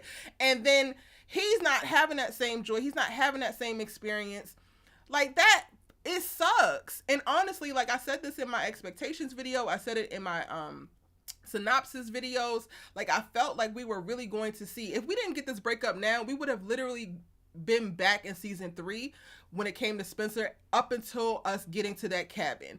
And I hated the idea that that is the place that he was being taken to. So I do like the idea that they nipped it in the bud from this first episode, but the fact that they completely just let Olivia off the hook, and that even up until the end, they didn't even say together, like, I want to break up. She says, I want to stay together, which means that she was perfectly fine with them being how they were in the last 6 weeks and just thugging it out because maybe she don't want to be alone, or she likes the idea of having this man love her in this way, but she does still want her space, which is still leaning into her narcissism and her selfishness. Like, Spencer just really deserves so much better. And again, a win is a win, so I'm going to take the breakup, but the way that it was handled, it would just put too much on Spencer, and I'm so tired of him carrying all of the weight in most of his relationships because the shit is unfair. And I'm gonna go ahead and say this other thing before we actually talk about, and I'll let y'all talk about the relationship, but the last time that he was in a healthy relationship was when he was initially with Layla. I said what I said. Y'all can argue with y'all's mamas. Okay. What are y'all's thoughts? My thought today, I'm gonna say mine real quick so that the next person can go. But what you said was absolutely true. Everything you said, I felt that. But more so, like when it comes to Olivia, it's like she was okay with them still being together. Just so what? Just so that she can not be woman enough to be like to end it, and it didn't even still with him. With him breaking up with her, it's like she didn't take no accountability. It's like he did all the talking. Like she didn't say, "I understand how this hurts you," and that goes back to how you said that she's selfish, because she's clearly saying, "This not the end of the road for us. I'm sure of it." So you just know he just gonna be somewhere still looking mopey, waiting for you. This bridge needs to be burnt, baby. Because you didn't speak to nothing about the person that you're going to be. Like Olivia, you are not who you need to be for a lot of people, especially Spencer. So the fact that you are okay and you think that this is enough, what you bring into the table is enough, disgusts me, honestly. It just was nasty, and it just seemed so draining, him talking about how he was doing all this to see her happy. It's just still, you're breaking up with her for her happiness is what it gave me. Like, it's still like he still made it to be like it's his fault. You're not happy with me. You happy with that. Like as if he couldn't make her happy. When in reality, she just throwed the hell off, looking for another hobby to stop her from drinking. She needs to drink. Period. Oh, she needs to drink. Bring the storyline back. I don't want her drinking now. I need the other Olivia back with these craziness with the family running away and all type of stuff back before this article, because this article is not going to be nothing but trash. Who cares about the coach? Who cares about these players and what's going to happen? It's all American, regardless to what, they still going to play football somewhere. So what is the purpose? Like, give her a different storyline, because this not it. That's my rant. And I'm here for it. I don't necessarily know if I want her to drink, and it's not even just for her well-being. I don't want her to drink because Spencer gonna care too much. So, oh Lord, I forgot about how he care about. Oh Lord, we back at square one. Damn, don't drink, Olivia. So she need to at least stay sober for Spencer.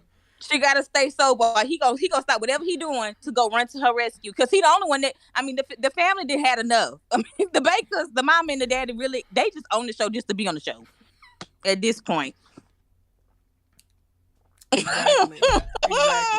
Day, you have some thoughts on the breakup or the show? Because I know I was changing topics, and then we had our inappropriate guests before you got to speak. Well, yeah. Well, I love all American. I'm here for all the time. Thirdly, or not DMG. Wait, it's cutting out. You might gotta come closer to the mic because I can't hear you. I said, yeah. I don't know. I feel like they been supposed to break up to me. I mean, it's just like it's not working. Like Spencer's trying to focus on football, but at the same time, he can't really focus on his game because all the stuff going on in his personal life. And Olivia's not making it no better because like you know, I'm in college, so I know like we gotta write papers all the time.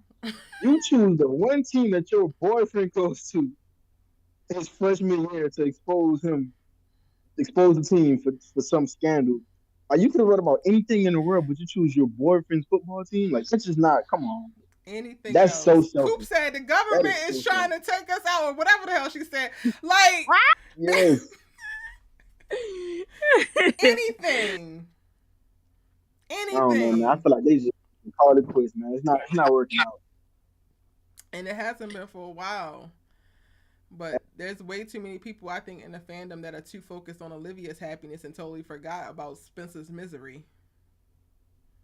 Yeah, I need to see Right. Spencer happy. Just give us just this season to see him just flourish and happy. I don't even need him to have another relationship because it's just too much. It's too draining, and they draw it out so long. Like if he met a new girl right now, it's gonna take so many episodes before they really make it official. It's gonna end the season with them having the first kiss. I don't have time for that again. I also He really don't want should've messed Spencer to with a get with girl. nobody, though. I don't want him to get with nobody. Like, if anything, you can go ahead and hoe it out, Spencer, because I don't want you to invest Nah. nothing in anybody else but yourself. I can't see Period. Spencer honing it out. Spencer gotta stay true to that Then he need to be by superhero himself. complex. He got to Yeah, be by I can see himself. focus on football. You know what I'm saying? Focus on what you got to do right now. He could probably play like he like playing Superman and saving everybody else's problems. He could probably just do more of that. You know what I'm saying? But I don't. Yeah. Just leave Olivia alone. She needs to go and do what she got to do, and just Spencer, And you don't handle even your start business. that friend stuff either. Just she need to stay away from that clubhouse. Just for real, she not invited. Be effing for real, Olivia. Stay away. Kofi, you want to speak on the breakup before we move on to homecoming?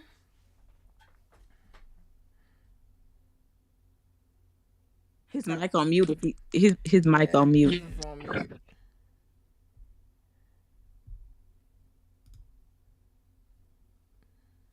Can y'all hear me now? Yeah. I think he ain't got much to say. Everything's been said. The only thing I'll say is had to be done, and that's it, man. I mean, like I said, I ain't really stickler for the relationships. He's probably just gonna love her from afar, but as far as he's just gonna focus on football. Now they're not gonna stay away from each other. So the three synopsis, they go and talk to the players about Coach Garrett. So we're about to see them interact again. So we'll see what happens with that. But that's where I'm at. Okay. Well, Yep. sorry. I'm hoping that they don't get back together like you predicted by the middle of the season. Lord help us. I'm pretty much over this Olivia era. It didn't give what it was supposed to give, and I don't want to do over. Well, you know what? I'm the optimist, so it's gonna take some time. If they were gonna get back together, it's gonna have to be Olivia to chase Spencer.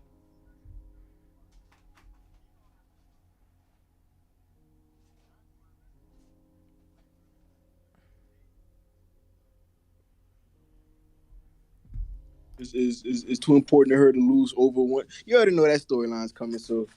But she Yeah, just we messed it. I don't know. She just messed it up for me though. Like even if they were to get back together, like I was for it at the beginning to see where this gonna go.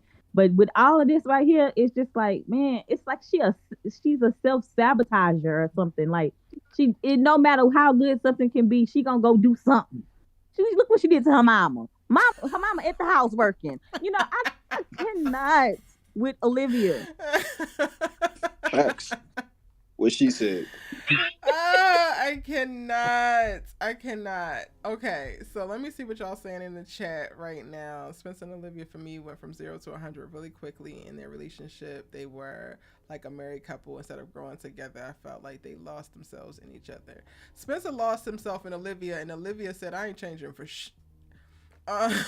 it just amazes me how she pined over Spencer for 3 years, and then they got together only for her to turn around and her to treat him like complete and utter trash. Well, go ahead and say the quiet part out loud. But that's the part that the Bolivians or the super stands ain't actually addressing. Like, Layla was the problem, and Spencer Layla's in the way for Spencer to see her. Spencer finally gives his full and undivided attention, and she makes it seem like he don't matter. So, is she just into the chase? People acting like people are sitting in Jordan and Layla's face and are directly asking them about their relationship. That has yet to happen. So saying that they are denying it is just wild to me, but okay. Toy. Nobody is saying that they are outright denying it, but they're going out their way to hide it, and they aren't addressing it. And even if they're not in a relationship, Layla needs to address her feelings that are there, because they're not going any damn where. But we didn't already beat that horse, so. But you can feel how you feel, you know. It is what it is. Dr. Spears. I don't know. Nurse Joy got me a little bit in my feelings about liking any kind of adult that comes in with any sense, because they don't keep them around long enough to actually make a full difference. The fact that Nurse Joy has now up and disappeared, I don't know if I could trust Dr. Spears, because we ain't seen Spencer go back to him. We ain't never seen Jordan go to him. We only heard Jordan talk about it. I'm like, I can't even buy into these adults they bring in and try to bring some type of semblance of normalcy and healthiness to them, because they're going to bring them in, get us attached to them, get us to like them and believe in them, and then have them leave the damn characters when they need them most. Only God himself could sort Olivia out. No amount of therapy could help her. No amount of anything. Olivia, do nothing, please. I can't.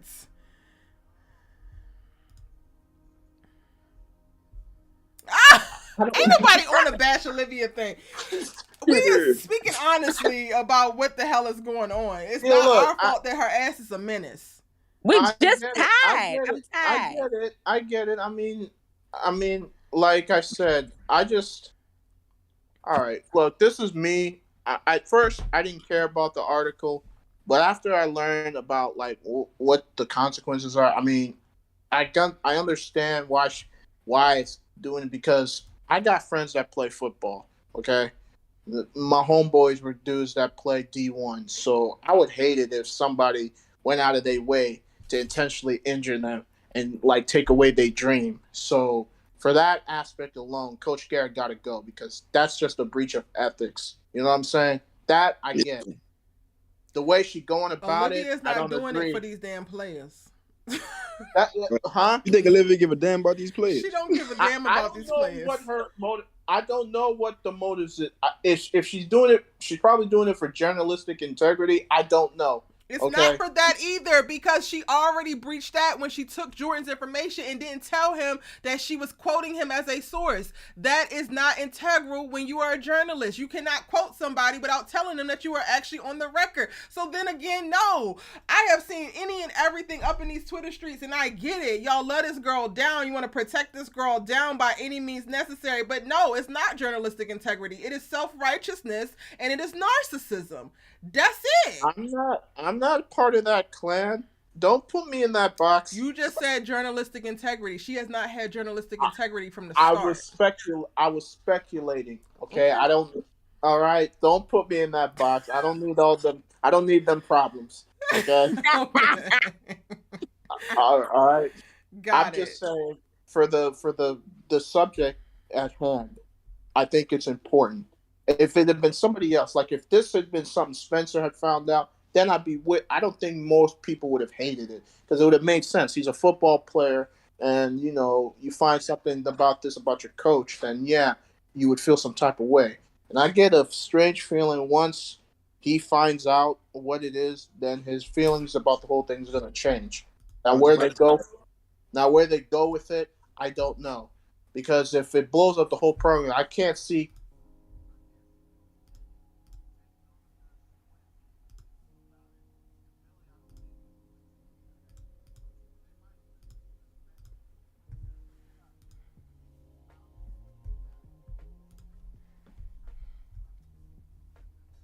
You know what I'm saying?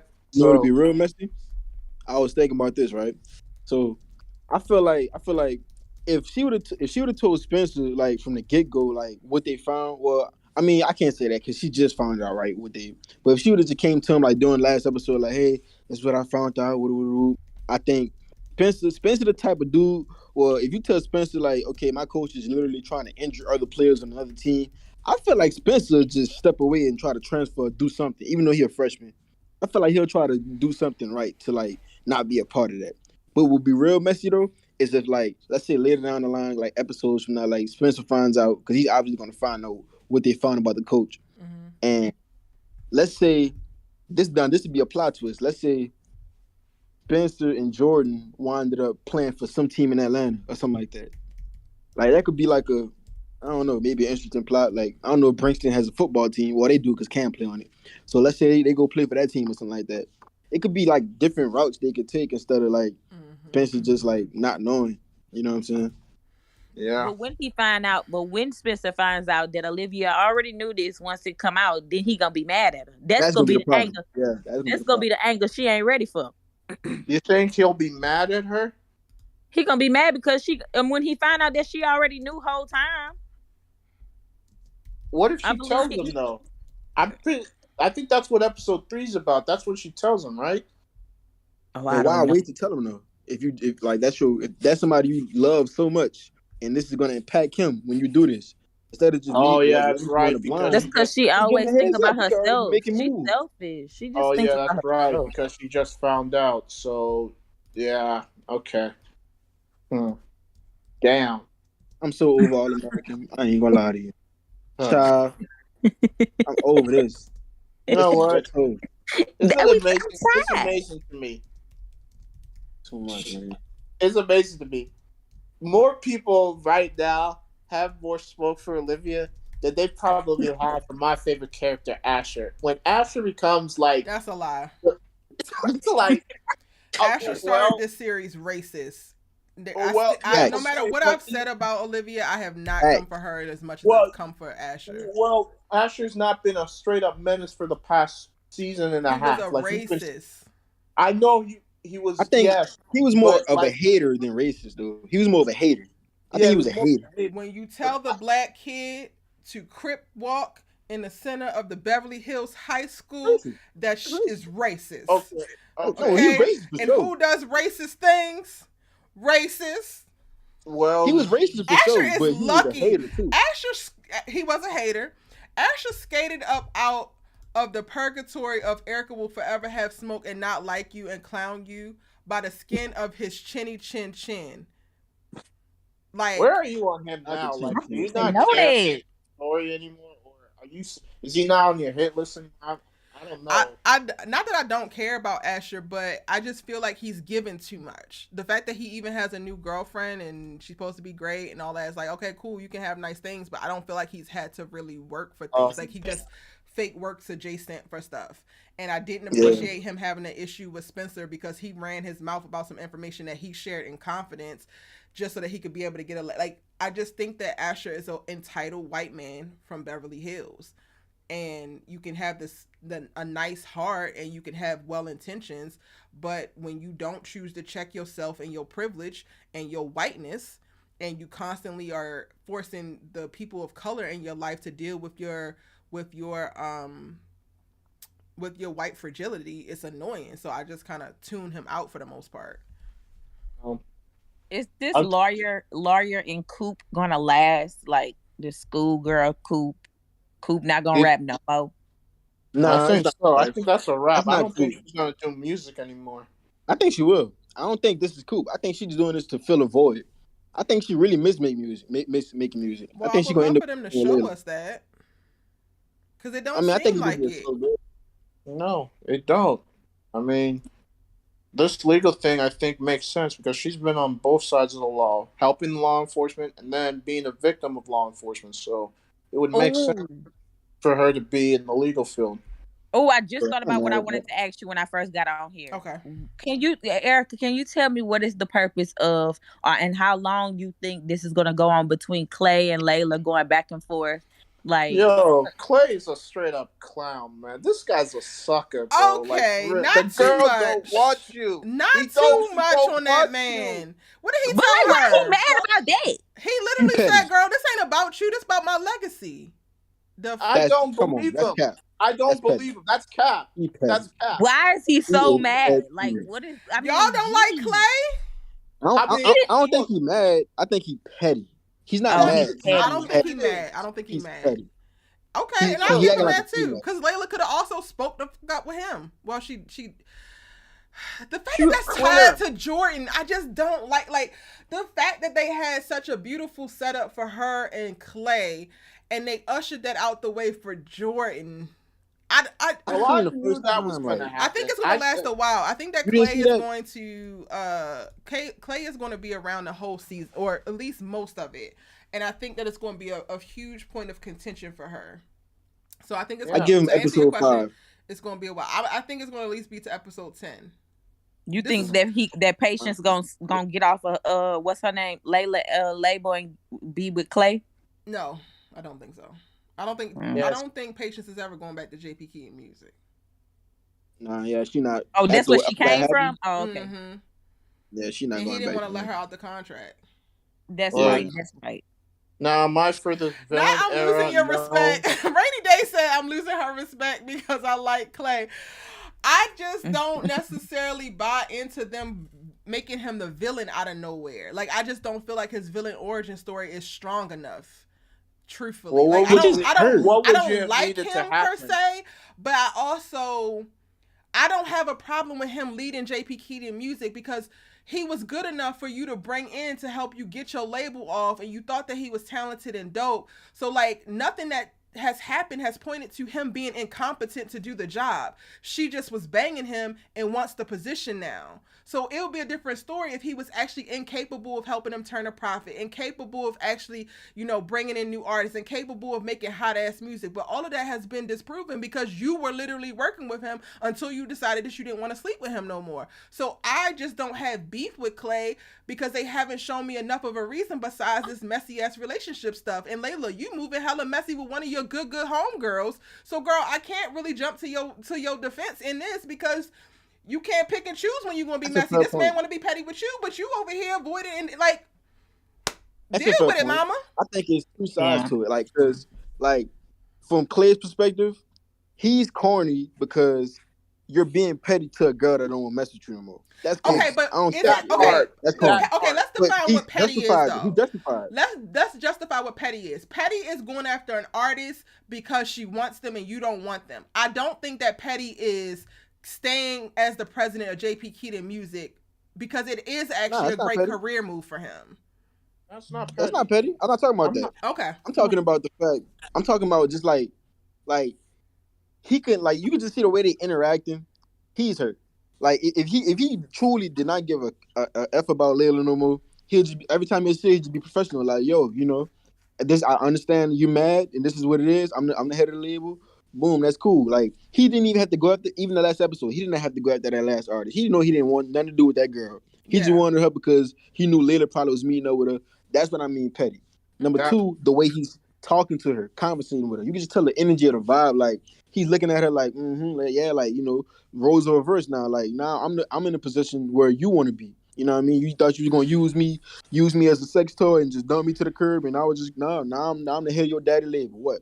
And Layla's messed up with it because she's trying to judge Clay for being petty to her or for acting away to her, but you can't even say that because you messing around with your homegirl man like a couple days after their relationship, so you wrong for that too. I think that's just karma. Wait, so did her and Jordan sleep together or did they just kiss? Nah, they just just kissed. They just kissed. Even the kiss though, you should have even after that, you should first off, you shouldn't have kissed him if you felt like you was trying to be a loyal friend of Simone. You shouldn't have kissed him. Yeah, That's she should first allow off, this right? to happen. Second of all, the moment you seen Simone, you should have addressed it and been honest. Even if Simone was going to get mad about it, at least Simone could be like, you know what, I respect that, because you could have just kept that to yourself and just did it, like, you know what I'm saying. But now, how you think Simone already on game? She knowing that you messing with Jordan, but she just playing it cool on some stuff. But now when she really like get the confirmation that y'all kissed like a couple of days after the breakup, maybe like what 3-4 days. I mean, what the episodes like was damn near around the same. Like, you kissed it your friend's ex-man that you've been a family friend of for over some time. Like, Layla, you gotta have some dignity. You've been getting passed around the whole posse. I'm surprised now, Gigi don't hit all that. right, we ain't gonna get to the Layla getting passed around. I was with you until you was skating around that territory. I ain't gonna do that. I ain't gonna do Erica, that. come on, I'm not gonna do that. But what I will say is, it wasn't passed around. That was her boyfriend, and Spencer a stand-up guy. In the same friend group. I mean, That's fine. That's fine. Jordan, Y'all act like that we doesn't not happen we not in real deviating life, off of that because what I'm not going to do is have a Layla for the streets conversation because I don't believe that she is, and I don't like when men talk about her in that way. So I'm gonna go ahead and I'm gonna address some of the things that I thought that was real. Like I think that everything up until you saying that she got passed around, everything I agree with. I also think that again, and unfortunately, this is tied to her link to Jordan Baker. Layla isn't even acting in character when it comes to Clay because she's coming at him like, just give me my daddy's label because it's my label. Meanwhile, she has been to therapy. She's learned certain things. Like, she needs to pick a better tactic. She's not, like, she don't want him to be an antagonist, but she's also antagonizing him. Like, listen, Clay, I get it. I didn't handle this correctly. You was actually feeling me. I didn't know which way was up. I could have actually felt you, but I'm in a different place now. I didn't even realize that I wanted my dad's label. Like, we talked about certain things. We talked about building for Monica Records. Like, level with him and be honest and open. I could understand if I saw Layla doing that and he was still kicking her the energy that he kicking her. Then I would be like, all right, Clay, be for real. But the fact that she's coming in hot and then she mad that he's meeting her with hot energy, it's like, also, what the hell can you expect? I'm a person, but I'm also a Cancer, and sometimes people say that we is manipulative.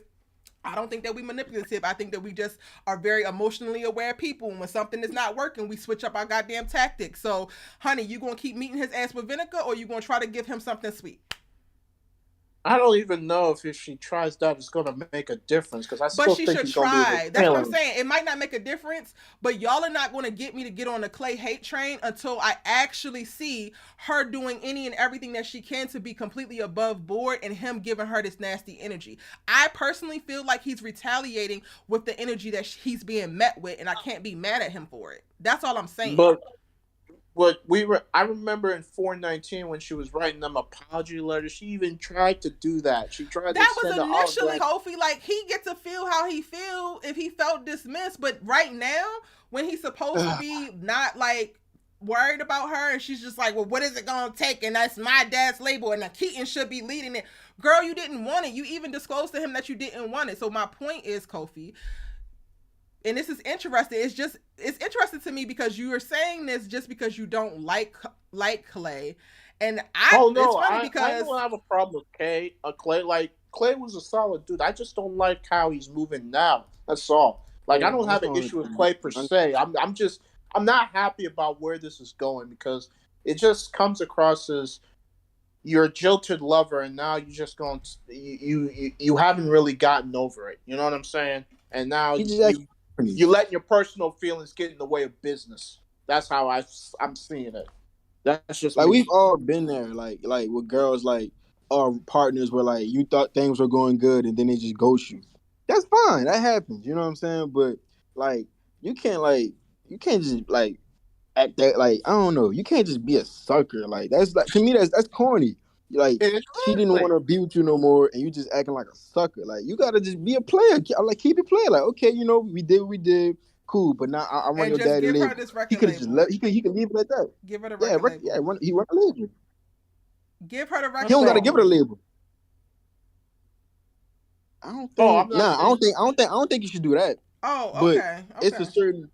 I feel like it's a certain level ground playing field where like they can have a conversation to where they can like, okay, but before we even talk about you getting this label or anything or how you feel about me having it, let's just have some closure to what we had going on.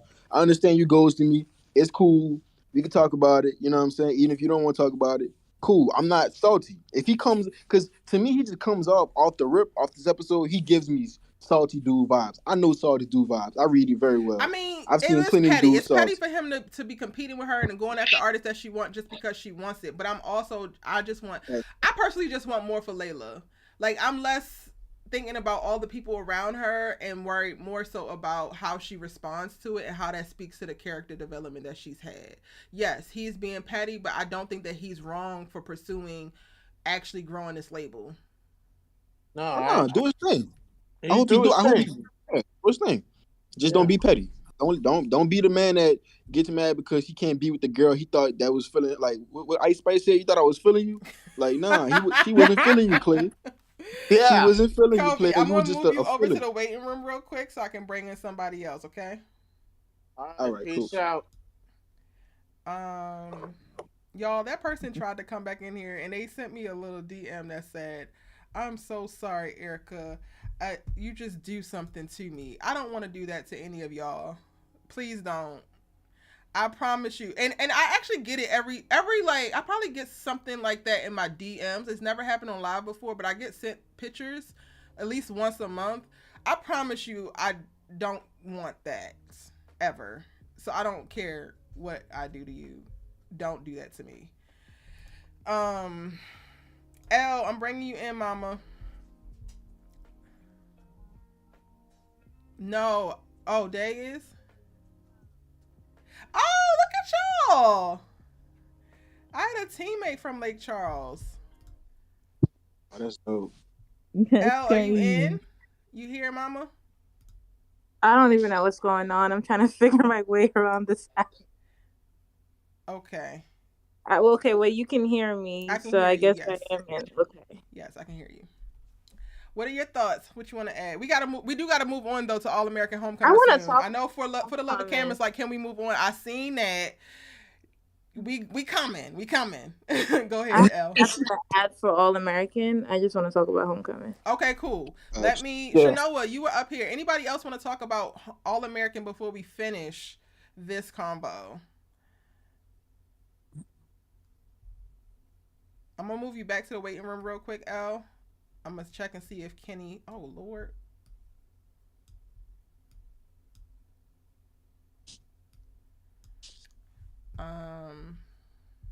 I think this is Kenny. Kenny? KS forward.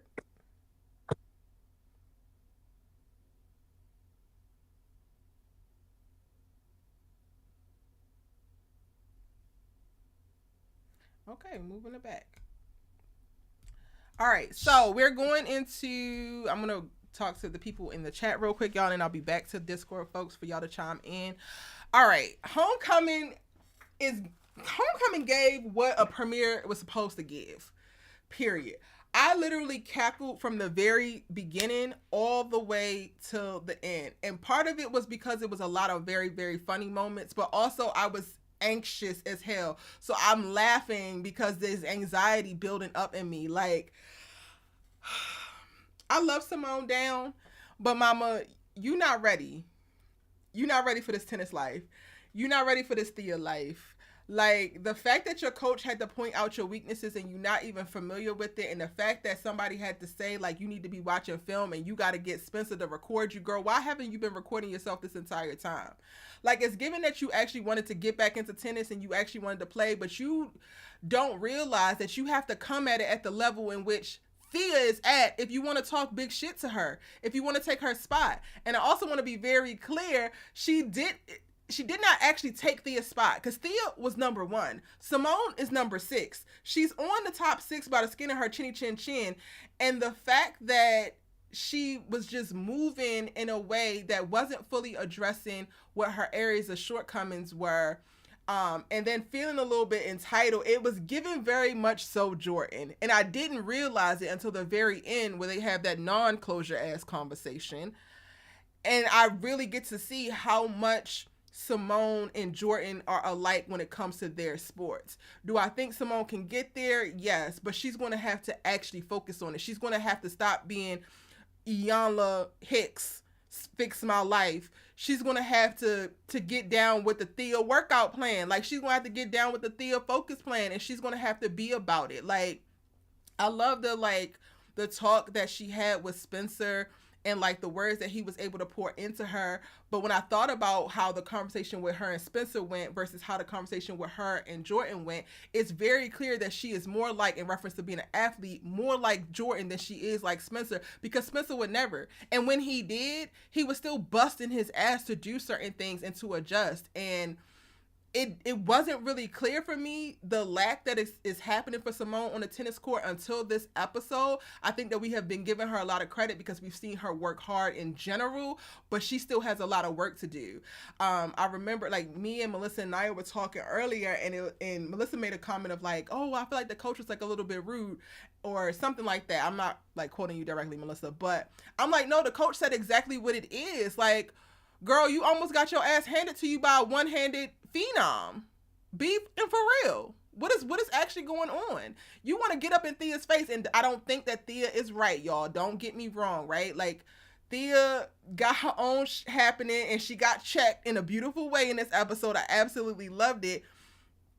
But, like, you can't handle her yet. Let's not start talking big until we can actually back it up. Because right now it's given that you can't actually back it up, and I hate that for you. Damon... I'm still struggling with the fact that I didn't like Damon in the beginning, and I really am kicking myself every single time we see him, and it's not helping because, again, y'all, I'm watching Reasonable Doubt on Hulu, and Michael Ealy's character is named Damon as well, and I'm at this point, every Damon will forever get a pass for me.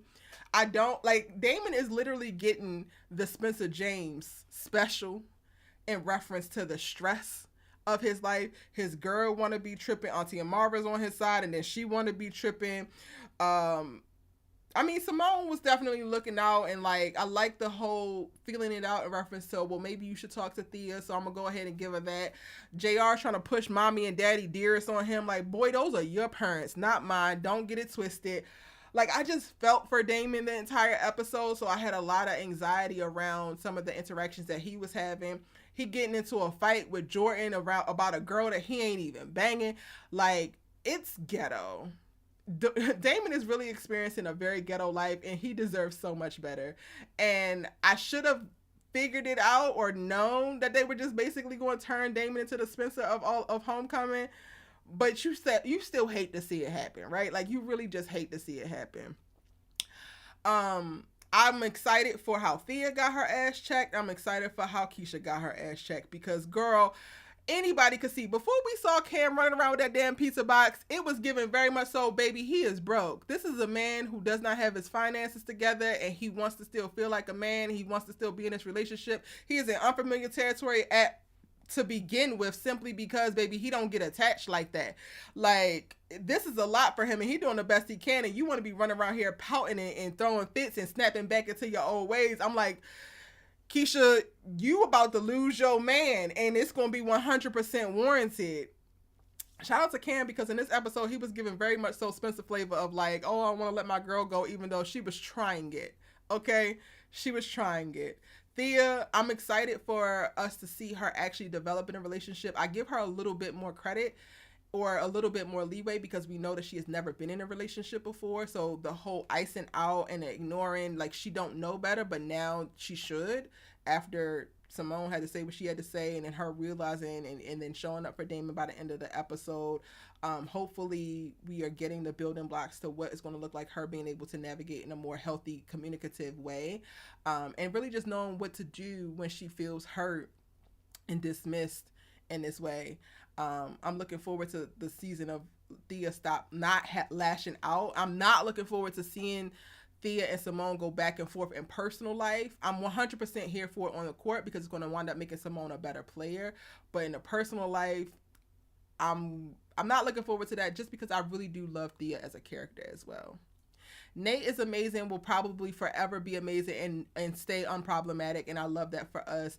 JR, I'm going to go ahead and patch you up on this episode because you actually did something worth doing when I was planning to ignore you the entire time. Okay, so what are y'all's thoughts? What do we rate the episode? That's a little brief breakdown from E. What do we rate in All-American Homecoming?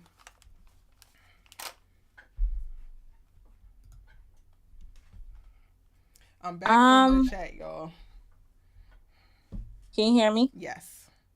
Okay, first things first, I'm going to give you your props because you're like one of the few YouTubers that I look forward to watching or listening to. So thank you, Erica. Well, thanks, Elle. Secondly, I want to start with Senior. I call him Senior. Okay. Senior Raymond. Mm-hmm. So I get his whole, like, I get season 1, why he did what he did.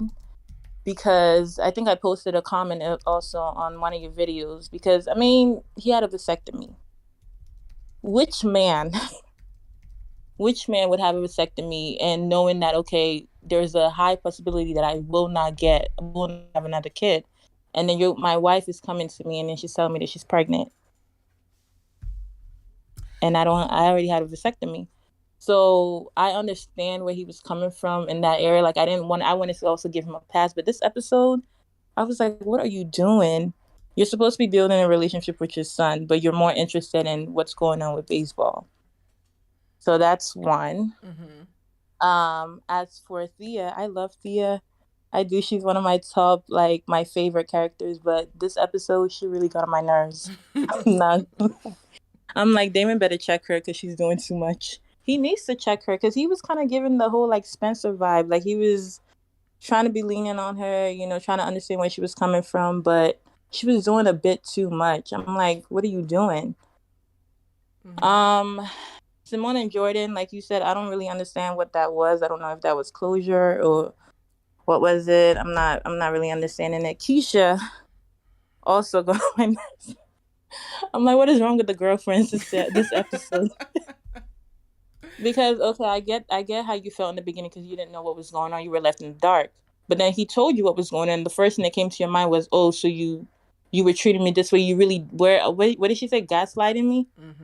But he just told you what he was going through. So I don't really understand. I felt like at first, like she should have held off on her emotions and been like, okay, he said he lost his scholarship. You know, he doesn't have money to pay for that, for tuition. So why are you jumping onto the fact that, oh, he gaslighted you? JR, I was thinking about you when I was watching JR this episode. I was like, Erica's going to be like, okay, you did well, JR. And I think they're going to try to put JR and Nate together. He's not ready. I think they're going to try to put them together because I think there was, what was it, in the summary that they gave? They said he was going to be in a relationship that was going to make him question things. So I think they're going to try to put JR and Nate together. But I don't think he's ready. I thought that in season 1, but he's not. He's still a little bit too immature for me. And I want, when I do see Nate in a relationship, I want her to have everything that she deserves. Period. I don't want her to have to raise a man. Yeah. Well, we'll see. Kofi, I'm gonna bring you back in. Okay, y'all are going off in this chat. We're saying 9, 8, 9.5, 9 out of 10, 7. Lacey a 7. Melissa said a 10. Uniquely says 10. Keish says a 9. Rainy Day says 8.5. Love for Kim says 9.9. Lexi says 9. Adriana says 9. Shanoa says 9.5. Taye says 8.5. Kenny says 100 out of 10. 9.9. Okay, it was really, really, really, really highly ranked. I'm going to go ahead and give it a 9.5. It wasn't perfect, but it was damn close. And it kept me engaged the entire time. Literally the opposite of what All American did. Homecoming kept me engaged the entire time. I absolutely loved it. What are your thoughts, Desi and Kofi?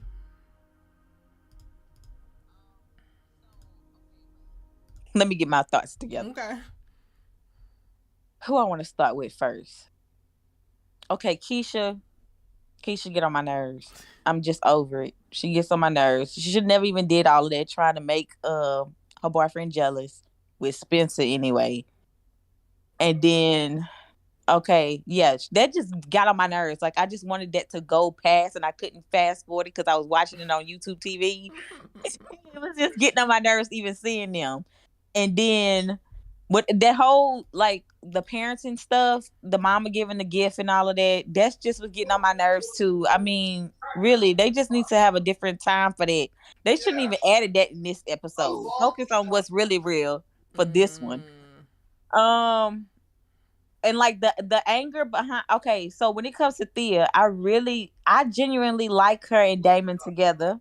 And I want them to stay together, and I like her character on the show, but I don't understand the anger she has towards Simone.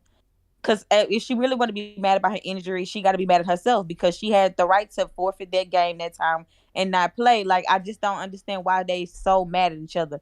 I understand. She's mad I never at played her sports because she never trusted someone like Simone before. right?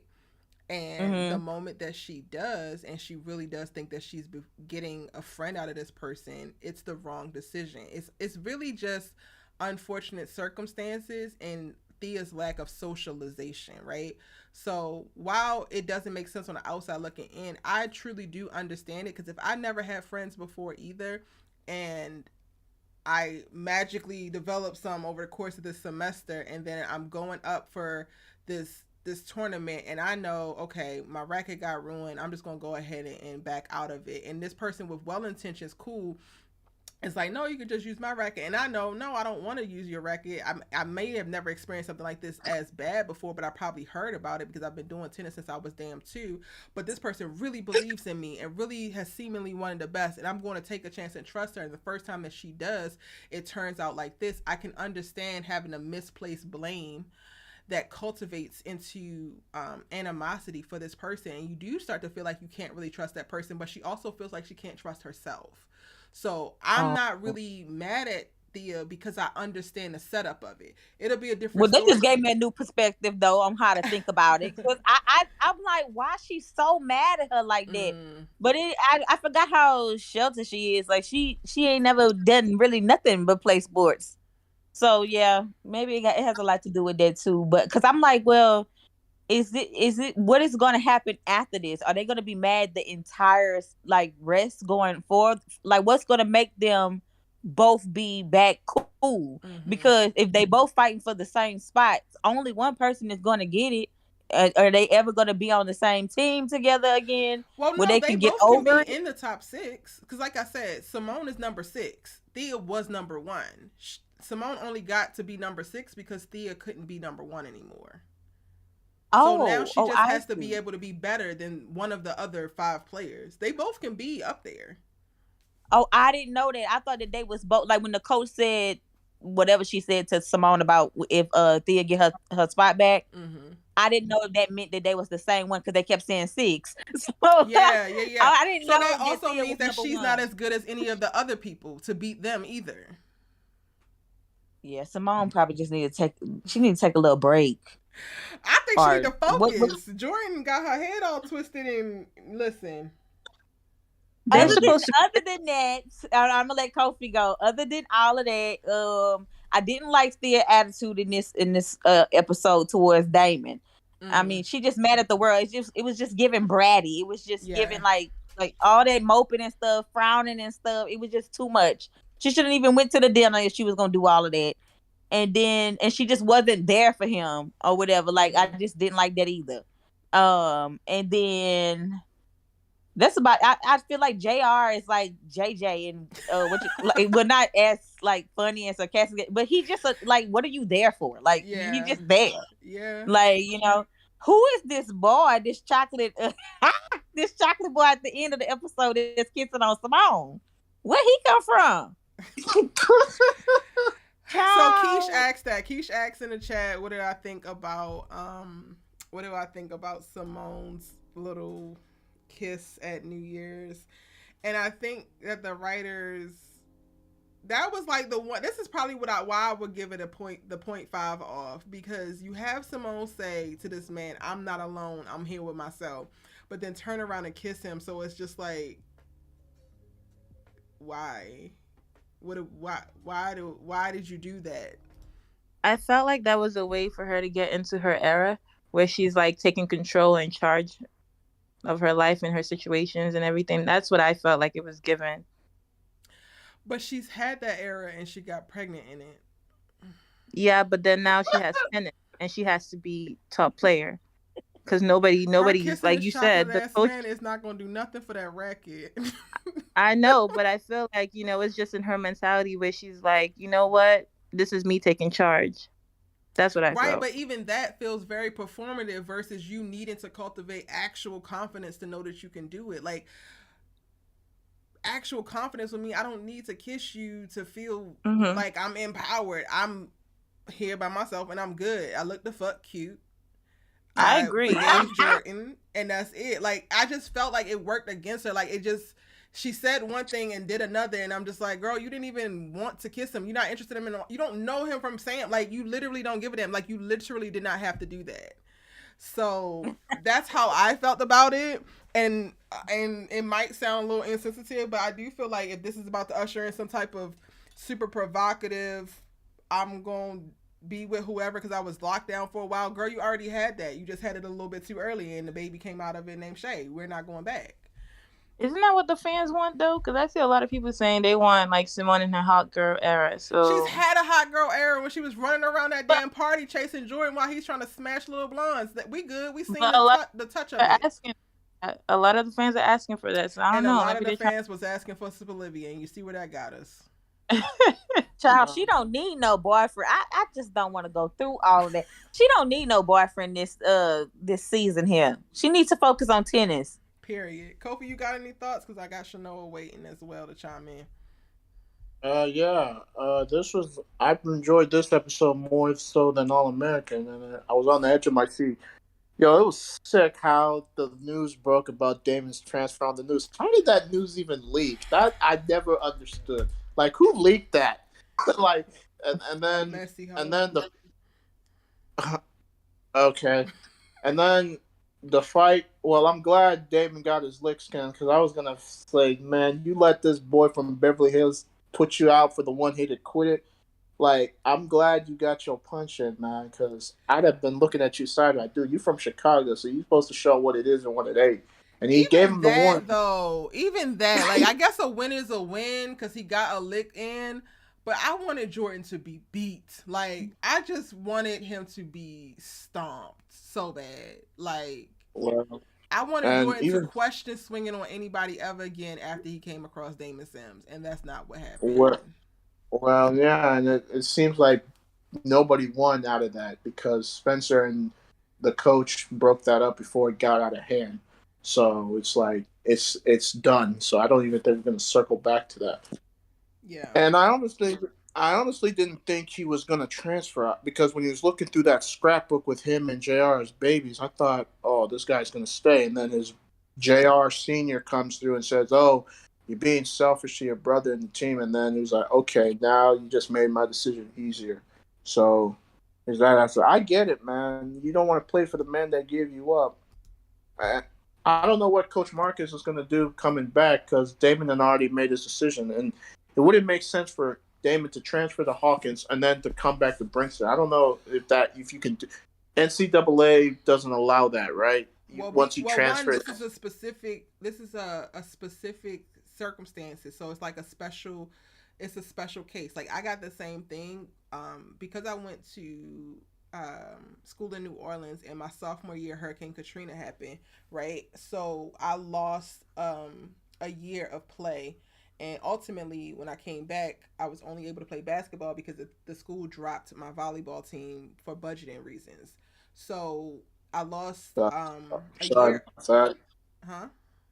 Oh, sorry about that. Oh, it's fine. It's one of the most transformational experiences I've ever experienced. And while Hurricane Katrina was horrible, I am very grateful for having to experience that because I grew a lot as a person just going through it. But I said all that to say, like, I got a special I forgot the direct term for it, but it's like some type of special circumstance, right? So when I went off to grad school, I was able to, the grad school that I went to, they actually were recruiting me out of high school to play volleyball there, but I chose to go away and go to Xavier. I hit up the coach, and when I went back to grad school, I wound up playing volleyball in grad school because I got the special declaration for the circumstances of like, I wasn't able to play because Katrina happened and that completely dismantled everything. So typically with the NCAA, you only get 4 years of eligibility, but I was able to play additional years under this particular sport because of that special declaration. So right now, Damon is experiencing a special declaration because the coach changed, like Coach Turner having that mental break, and that happened in preseason and all of that kind of stuff. Allow for them to grant this special circumstance. So I want to be clear, like when I watched it back, y'all, it said that Damon had entered the portal to be able to transfer. We didn't see him actually sign yet. So I Okay. don't know if it's 100% final going into episode 2, but there is some wiggle room. I said all of that to say there is some type of wiggle room, simply because this is a special case by case type of thing. Okay, that makes sense. Thanks for that clarification. I was confused. So, No but worries.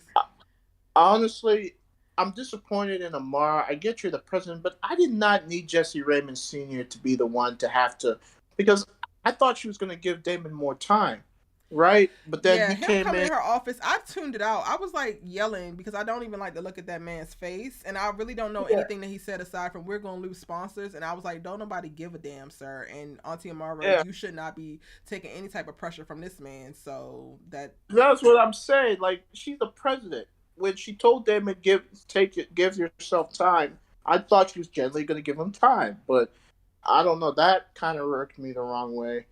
Cam, I appreciated in this episode that he was honest. I know it was, man, Cam has changed my whole perspective. I used to hate Cam in All American. Now he's one of my favorite characters. That's crazy, bro. Like, look at this dude just going around. He was being an ass to her in All American, but then when he explained it, and Keisha wasn't going to go for it, but it took Nate, of all people. I got to give it to Nate and JR, because Nate and JR gathered Keisha, JR gathered Thea, and they got their minds right to not lose their men. So we got to give them props. So, I mean, I give everything to Cam except for his animosity towards Spencer and like thinking Spencer gonna take his girl. Spencer don't care. I don't care even about know Keisha, where that but is like, even sir, from. relax. Like, I don't get that at all. But Spencer's out here playing hero. He helped give Simone advice. He was there with Keisha from All American that transferred to Homecoming.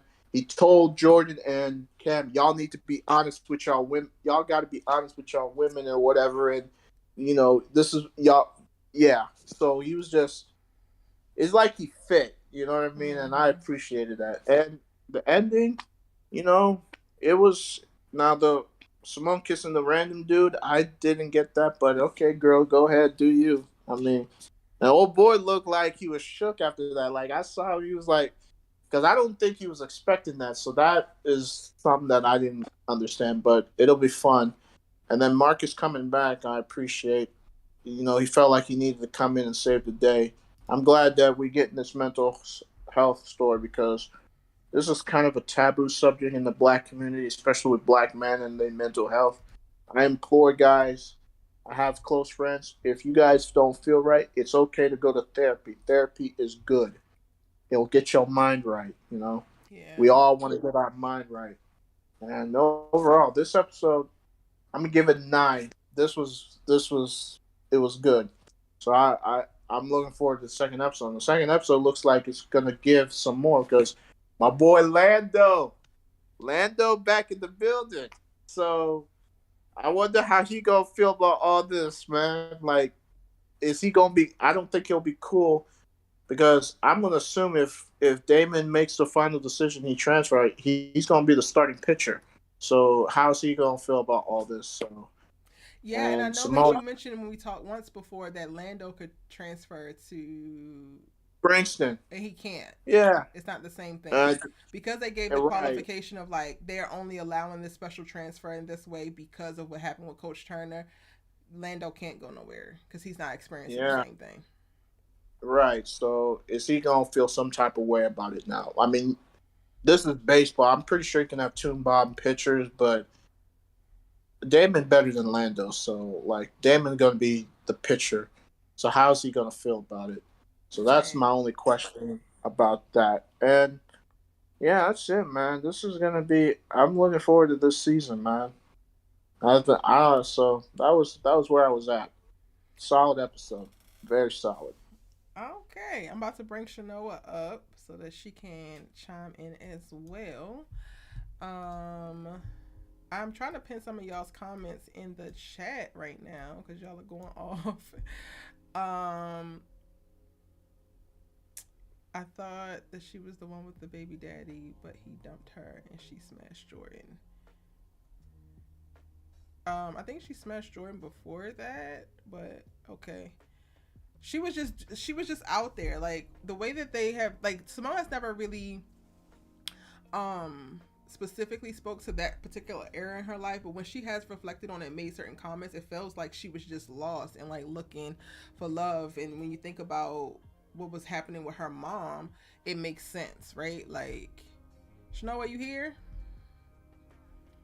Yes, I can. I'm a little bit congested because I'm sick. Oh, Woo. no. Feel better soon. Thank you. How you feeling about the episode? Homecoming was good.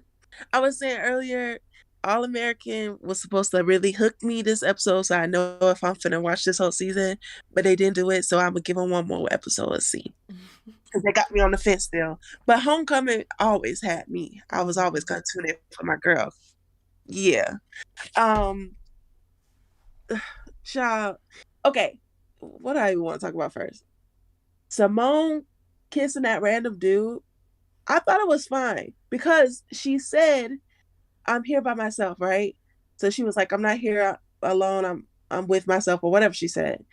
And then she still decided to kiss him anyway. So she was making the choice like, "I'm alone and I don't need to kiss you, but I guess I'll do it because it's something cute, something fun." Like, it wasn't nothing to be taken serious. You know what I'm saying? Something cute for the girls. She was just in a silly mood. It wasn't even cute, and he wasn't even fine. Like, he was chocolate, but he wasn't even fine. Like, no, he wasn't fine. I really thought, like, okay, girl, like, he's cute. I was like, yeah, he wasn't fine. He's cute, but he's not like fine. But I don't know. Like, if you're gonna do it, go up to the guy that you was like, you know what? I've never had a conversation with you in any day of any week, but my God, I can't not look at you when I see you on campus. If you're gonna do it, you know what I'm saying? Not just do it to whoever just walked up to you and decided to spit his corny ass game. Yeah, I think she liked his corny line and was like, I guess, and had a little fun time. And literally, if I were to ever do that, I would literally ignore that man for the rest of the time. Because, girl, so that was you were just in a silly, goofy mood. I'm sorry. I know we black, but mono is real, and so is herpes. I'm good. No, I wouldn't have kissed him because he wasn't fine. But, like, if she did it, she doesn't also have to make it a thing, which I hope they're not going to do, because I'm not here for that. Oh, yeah, I don't think that they're going to make it a thing, but I just feel like even in that moment, them using it for what they did, it just felt very performative. So it's like, girl, you still having your damn imposter syndrome and you placating or you playing at this thing. You playing that girl. You don't feel like you are that girl. That's what it gave me. You don't think so? Because I feel like maybe she thinks, or maybe she's just trying to remember. I don't know what she was doing, but I was like, fine. You know, I just accepted it. You know, I just be riding for my girl. Yeah. I don't know. I just was like, girl, whatever. I don't know, because I also feel like she let Jordan off the hook. I just want you to be happy with whoever and however that looks. I don't really understand what that was. I'm still trying to wrap my head around that. Call the thing a damn thing. He's right here in front of you. He just swung on fucking Damon. And you can't say, Jordan, if you want to be with Layla, it's cool. All you had to do was tell me. I wouldn't even say that because it's not cool. And you should have never did it. And also, why the fuck is you in here fighting Damon if you don't even like me? Do Layla know? Girl? Like, bare minimum, you should say, do Layla know that you down here fighting Damon? Right. Because ain't that your girl? Why are you fighting over here? I don't understand it. It's aggravating. And I was like, BFFR. That really helped me get over Jamon. Because, like, remember, I used to love them. But, like, I'm really getting over them. Ugh. Because what are you doing, Jordan? You're so aggravated when you're not with Simone. And you just prove it every time. I still don't like you. Like, every time. It's the same thing. Wait, she said I still don't like you. He only had a reprieve when he was with my girl. And it shows so clearly when he not with her that he's trash. I just want to say something real quick about Jordan. Why he went over there? It just the whole scene. How you just so happen to be standing right there? Anyway, he wasn't working out. Have you seen Spencer? Well, you know what? Because you ain't seen Spencer, and because I wanted to say this, I'm gonna get it off my chest. You know what? I'm doing a lot. I got a lot going on. I can't do this today. Oh, we gonna do it today. Right. Like, sir, first of all, let's talk about the hand. Y'all because you talking about petty? Y'all on Clay's neck, but Jordan is down in Atlanta losing his goddamn mind. Yeah. And then the wrist. Also, that killed me. It also made me mad that his punch had Damon on the floor, because why y'all got my man Damon looking like he can't fight now? Come on. Damon got this deep, raspy ass voice, and y'all got this man getting swung on by little baby light-skinned Elder Barge Baker, and he can't take it. Y'all really got him getting slung to the ground by one punch from a biracial from Beverly. BFFR. Yeah. It made me mad. It did. I was like, ugh. Damon said, man, I ain't got time for this. Like, he moved so grounded. He moved like, when I decide to get angry, it's going to be a problem for you. So when I tell you I am completely let down by that fight, like, I just knew he was going to stomp a mud hole in Jordan's ass. Okay, go ahead. I'm sorry, y'all. No, you're right, and you should say it. My bad. No, go for it. I said Jordan is gonna have to go to physical therapy for that hand, for sure now, because he only throw punches with the same one. Spencer came in there like he wasn't even worried about him fighting about Simone. He's like, "You just got your hand back." I said, "Spencer, that's he what literally you said." that. I was like, Spencer, why are you friends with this fool? My gosh. Spencer more worried about the hand than Jordan. He said, "You just got your hand back, and it's finna go." Spencer is such a good friend, y'all. The people who are around Spencer do not deserve him at all.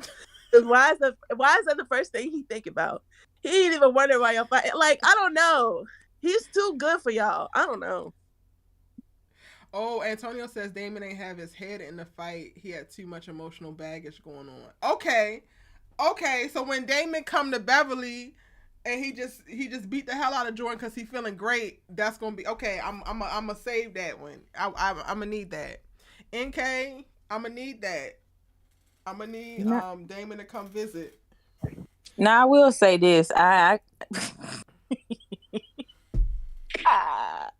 laughing at my damn self. I couldn't really look at Marcus right after all this going on with Cory, Hardrict, and Thea in the news, in the shade. LOL. I understand about mental illness and stuff, but okay, so what do you think, Erica, that they're like, where is this going to take? Like, what is going to happen? How is his storyline going to progress? Because it's just like, okay, he's doing better now, and now he shows up to the Amara's office or whatever, or to her house or whatever, saying that he's going to help or whatever. Now, after what happened with him, how are they going to like let him go back and coach? Is that going to be easy for them to let him go back and coach? And what can he do to help? I mean, I think that that's Amara's choice, and I think that she's going to make that. She's going to go for it. Just given the fact that I think that that's what's going to bring Damon back. And off the contingency of that, I think that Coach Turner's whole thing this season is really going to be him having his internal battles with regret, some of the decisions that he's made, some of the things that he might have wanted, how his life has turned out, but they're still trying to show up for his community. And I also think they're going to sprinkle a little bit of love triangle on him in that he does have Tina or Keena, whatever the hell her name is, who is like into him, I feel. But then also I think Amara is going to start to redevelop feelings for him now that he's coming to her aid. Like, this is the first big issue that Amara is having to deal with, and it's very public and forward facing, right, with Damon actually leaving the school. And if Coach Turner comes in and saves the day, brings Damon back, and it gets positioned like, okay, she was able to handle this beautifully to the shareholders, stuff like that, I could see her having the whole like, oh, he showed up for me, he was able to handle X, Y, and Z. So I feel like there's a little bit of like love triangle coming with them. So those are the things I think that we're going to get from Coach Turner this season. Okay. Elle, do you have any thoughts? Because I have protagonists who just popped in, and I want to bring them up to speak. I'm a little confused about the what's his name, Cam and Spencer rivalry in All American. I thought they were cool before he left for Brinkston. So I'm like, where did this come from? They should have always been cool. I think Antonio is the only person who can help you out with that because Cam had absolutely no reason to have issue or smoke for Spencer. But maybe we're going to chuck it up to his financial instability, feeling insecure, and falling in love for Keisha and trying to be the best part of himself and all accidentally reverting back, even though he seems to do that a lot when it comes to Spencer James. I was lost, but wait, wasn't Cam Dane's best friend? He cleared it up when he got to when he got to Brinkston. He said that was his teammate. That was never his friend. He didn't like how he did him, and he told Simone that. So no. Oh yeah, I remember that. I was gonna say maybe he was only can like. You block Jack Jackin? That is the person who is inappropriate. Can you block them for me, Antonio? What you say, Shanoa? Oh no, I was just gonna say maybe that was the reason why he don't like Spencer, because Jordan didn't like Dane and like they were best friends. But yeah. The crazy thing is Cam does like Spencer, but he has bouts of jealousy and like I think that I'm gonna go ahead and chuck it up to like he's in a very vulnerable place period right now, and it was easy for him to regress back into certain aggression because he feels out of control of what his circumstances are. And then, you know, Keisha was looking at Spencer, and girls give Spencer a certain amount of energy, so it's you know, cool that I mean not cool, but it's gonna happen, right? Like Spencer is still Spencer James. Yeah. It's basically like Damon. Like we all gotta beat him for real. They are that guy. So yeah. I don't think that there's a lot to it, and I think that them wrapping it up in a way that Spencer actually helps him get Keisha back is that now we know that it's actually really, really dead. Now if he doubles back again, now I'm gonna have real issues. I'm just chalking it up to him feeling like he's in such a vulnerable place period in his life just helped him get out his negativity or anger towards something, and Spencer was the easiest, like the lowest hanging fruit, because he already had attention for him.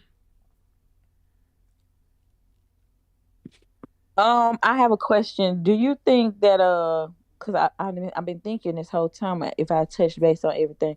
So okay, whether Damon stays, or can you do something for me if Damon transfer? What do you think that means for him and Thea? And if he stays, what does it means for him and Thea? Do you think that it's ever going to be a time this season that they're going to break up and he will then be with Simone? I hope not. I personally don't want him to be with Simone, but I like him and Thea together. And if they didn't work out, I still don't want it to be her and Damon together, but that's just me. Yeah, I don't see them breaking up anytime soon. I don't see the distance doing anything, and this episode was there to establish that. If anything, if he does actually transfer, it could just put a little bit of strain on the relationship as he's trying to maintain his romantic relationship and his friendship. I could see him wanting to show up and check on Simone, and I don't think that they're going to go this route, but this is what I would do if I was in the room. Wanting to check on Simone and like having to split his time, right? And like Thea getting an attitude because he actually went to go check on Simone this day. He might spend 3 days with Thea, and then one day on campus kicking it with JR and Simone, and there'd be an issue because Simone is there, something like that, like little trivial shit. But I don't see anything major coming from him transferring in reference to between him and Thea or him and JR. Can I chime in? Go ahead. So I like Thea and Damon together too, but I just feel like it's doomed at this point. Just the whole from season 1, it was. I will say that it was rushed because I felt like they didn't really give them enough screen time. I would say they didn't let them build a foundation of I felt like, okay, after he saved her, they should have let them have like maybe 2-3 episodes of just them hanging out. And it wasn't even really like that. It was like 1 episode later. So I honestly feel like they're throwing the moon in our face. Well, in my face. Other people like them, but they're throwing the moon in my face. And they're just because they're giving Damon this whole screen time is just making people want them more. But I personally don't want them because it's the same story as Spencer and Olivia. It's so obvious, and I don't like it. But the way the attitude is or was in episode 1, I don't know, man. It's seeming what I think y'all have to also understand, and this is why Simone didn't really like. Simone is a nice girl, but she also didn't clap back at Thea initially because they know who they're dealing with. Damon knows who Thea is. He knows that she hasn't been in a relationship before. He knows that she's insecure about this specific thing. Like, so while Thea is making tons of missteps, he knows that this is very new. And part of me really feels like, and I think I put this in my breakdown video, so I can't wait for y'all to check it out. Because I don't necessarily know we have enough evidence to show that Damon has actually been in a relationship before. So I think that she has that working for her. It's not like the people don't see her and like and are expecting something of her that they know that she can't actually give right now. And I get that, but it was like, okay, seeing the way she was towards Damon and then him running to Simone. Well, maybe not running, but Simone just happened to be there. And then he was just pouring out how he feels to Simone, and Simone was there to listen. It's kind of like, okay. Right, but he literally said that he would have said it to Thea if she was there. So it wasn't like he was saving this bit of information. You know what I'm saying? I don't think he was saving it for her, but I'm just like, she wasn't really giving him the chance to open up. I'm just hoping that after JR's conversation with her, that, you know, she really like works on her attitude, because her attitude, even though it's like Damon's trying to understand it, it's going to get to a point where he's like going to get sick of it, because he has his own issues to deal with too. I agree. And I think for me, I'm looking at Thea with everything and giving it fresh eyes. I think a lot of us have also been jaded by watching characters like Olivia choose certain things that are very intentional in reference to their selfishness. Thea responding negatively or responding in a way that's problematic is not that I'm saying it's not problematic. It is. However, she has shown herself to be like, once it was addressed, she dealt with it and tried to get better because she's learning, not because she's this person and wants to have ill intentions, want to actually hurt. Like, for me, watching Thea respond the way that she does it to protect herself, not to try to hurt somebody else. So I agree. That's the part that I think that they understand. And for right now, it feels like she's getting it. Like, JR reading her for filth, she came back and apologized and like, I'm gonna ride with you regardless of what the hell you decide. I don't give a damn what you decide tomorrow. Like, I'm with you regardless. And now she knows that. So I don't think that that's a bridge that we're gonna have to cross again. But I do understand people's apprehension because we have watched characters full apologize and say, you know what, I get it, and then turn around and do some other selfish, insensitive, completely ill-intentioned things. So I get it, but she's not one of those, I don't think. I hope not, because I really like her. Thea be getting on my nerves. Not Thea be getting on your nerves. Which one of y'all want to go to the waiting room while I bring protagonist up? She's been waiting patiently. I'll go. My DoorDash at the door. Okay, I know that's right. Thanks. Oh, sorry, I didn't mean to cut you off. Child, this is my first time using Discord. Clearly, we didn't have pop-ups and like assaults on our visuals from random ass small members who can't seem to get their together. But I'm gonna work it out. We're gonna have some really, really popping lives moving forward. So I'm so sorry. Hey, protagonist, how are you?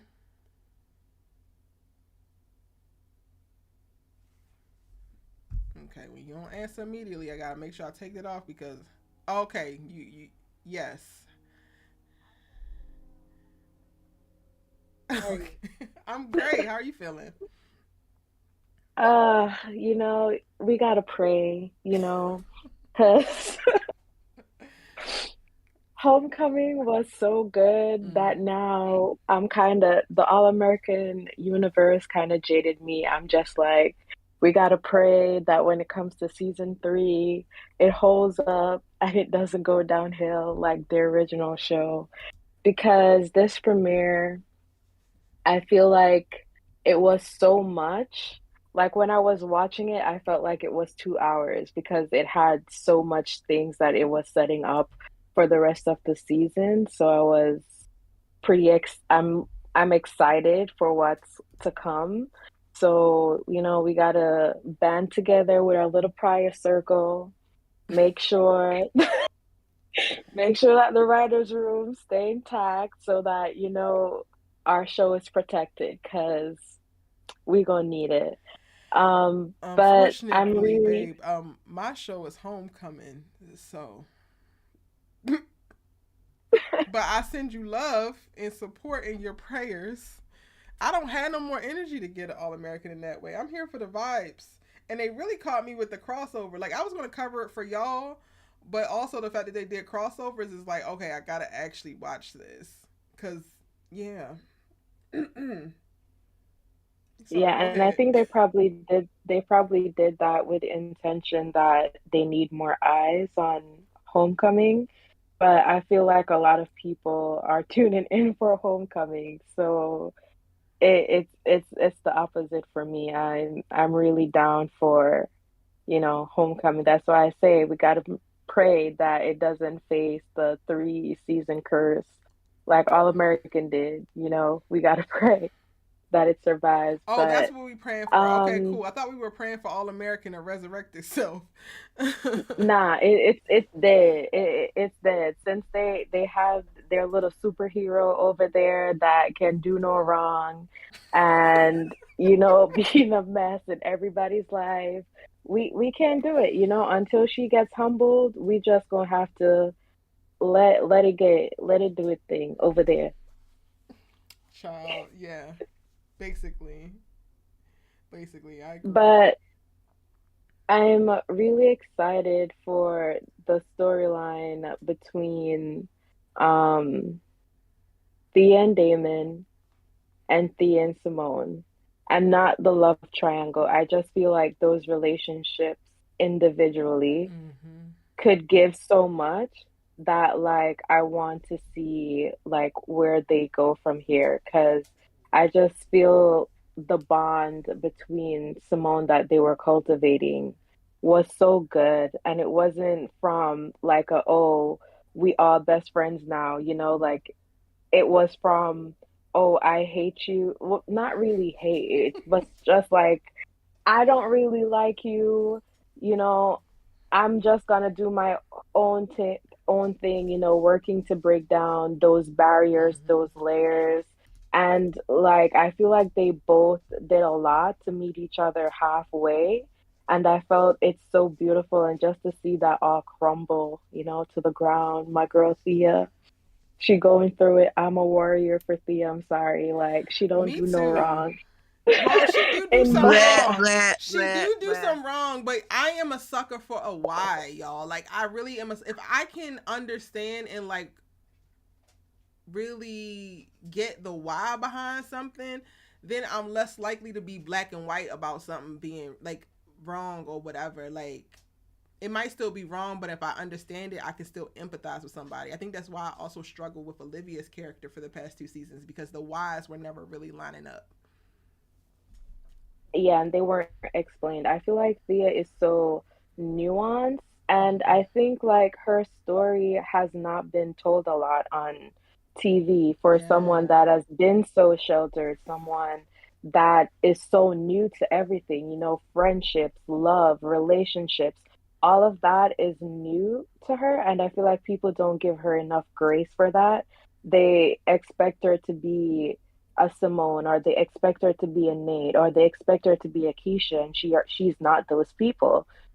She's Thea, and she's going through her own journey, and I feel like people want her to be so much similar to the other girls on the show. They're not appreciating her for who she is. And I feel like that's a genuine loss for me, because I'm just like, it's so beautiful to see what she's gonna become. Of course, and that's the beautiful thing about growth. Of course, she's gonna make missteps. Of course, she's going through her feelings.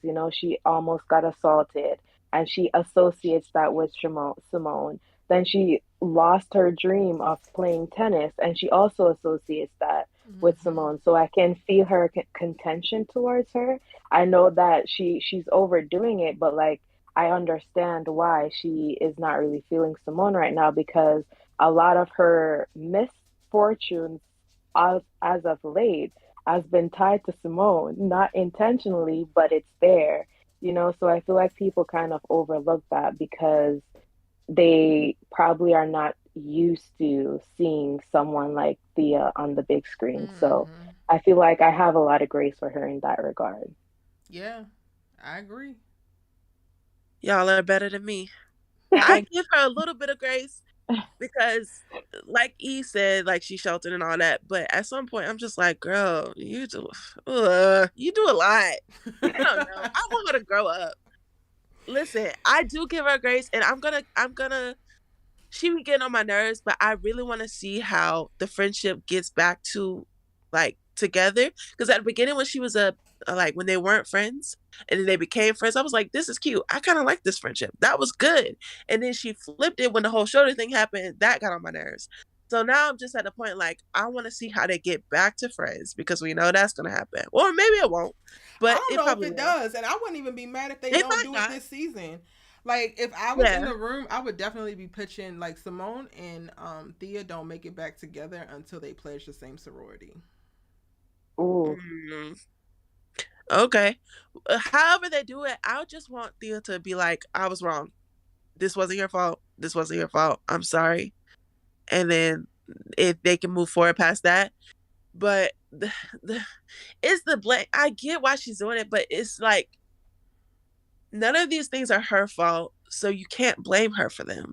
So even if you have this misplaced anger, right? It's like, at a certain point, where is the accountability for the fact that you didn't have to play the match? You know what I'm saying? Mm-hmm. It really pisses me off. Given the fact that she also just in that same, almost in that same breath, had a girl sabotage her that she's known most of her life, I don't think that it's a stretch for her to think that there could be somebody who wants her spot do something as well. Like, she's used to, like, she understands that that's a very real threat. So it's less about not believing Simone to be a true friend to her and understand that, and it's more about understanding who she is and what that has brought out of other people.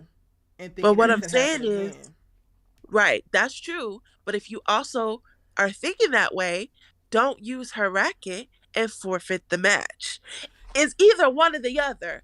Either you trust her as your friend and you're going to use her racket, or you think that everybody is sabotaging you because you've experienced this in your past before, and old girl literally just sabotaged you, right? Well, I think then also, you should Shanoa, be you gotta be skeptical if you're going to be skeptical. I don't know. I feel like she can be skeptical and still, like, this is the first time that she's ever done it. I'm taking it like this is the first time she's ever used somebody else's racket.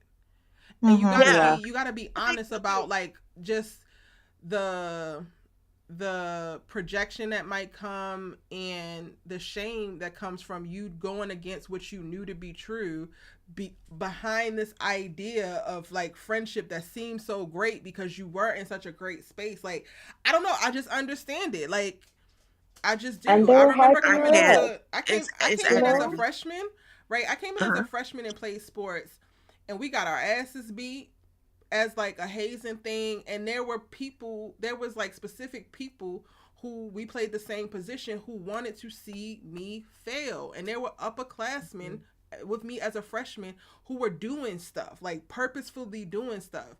Now I'm going to work hard regardless, and I'm going to shit on you regardless. Like, so it really don't matter what you got going on. I've been through a hell of a lot. So, and then I also wasn't necessarily in a place of trying to befriend these people, but I just understand what that looks like. And I don't think that it's a far leap to be like, okay, let me keep my head on a swivel, but also know that I ain't no hoe.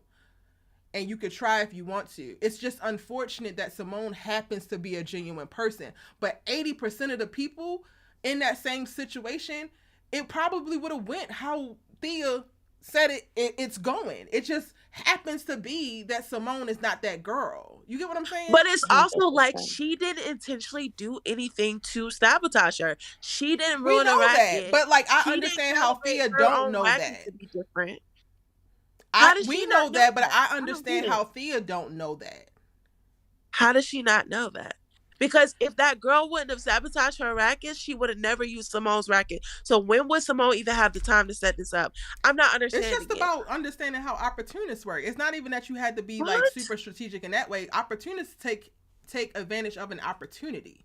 Simone is not an opportunist, but when you have run into a few opportunists, you understand that, like, they quick with it. So does she really think Simone was like, okay, use my racket, and that was her opportunity to make sure Yeah, I think Thea she would did. injure Yeah, herself? 100% she What? thinks that. I think that. She's delusional, and that's why she get on my nerves. I don't think that it's delusional, yo. Like I don't think that it's delusional. Oh like my I had gosh. people Because had if she people would have hide injured my herself, knee then what? braces. I had people like little stuff. Like we walking back from the calf and like we walking in a group and this is so trivial. Like I don't want to be petty, but like I remember certain things of like people have wanted me to walk in a certain part of like how we were walking as a group, and there's a big ass hole that we about to walk in. You get what I'm saying? Like it might seem like Nothing, no, but but it's it something. happens. It Yeah. really does happen. Niggas put laxatives in your food before games. Hoes will switch out your like there's certain things that would happen like just to mess with your mental when you're an athlete, and it'd be people on your same team. People will put Nair in your shampoo bottles. Like What? this stuff really does happen. I feel like maybe I'm not getting the full extent of this student athlete shit because that sounds really crazy. Oh my gosh. Why are they Yes. doing all that? They're wild. I They're wild out understand here. why they're doing all that, but that's crazy. I don't know. People be crazy. Yeah. See, I guess I still was not getting it because I'm like, y'all, when did she plan to do any of this? Because if the white girl hadn't messed up your rackets, she never would have let you borrow hers. And You then could for tell Thea, that she know this was gonna happen. For Thea, You know what I'm saying? that was she said it. She said that became the perfect opportunity. But for Thea, if it wasn't that, it would have been something else. But also, Mhm. if Thea wouldn't have injured her arm with the racket, then what? Is everything she do also like a way to come get you? She does feel like that. She feel like Simone only befriended her this whole time to get close enough to her to figure out how she was going to get her out, and it makes sense. We know that Simone is not doing it, but people have done it for less. That's all I'm saying. My gosh, people have done it. Okay.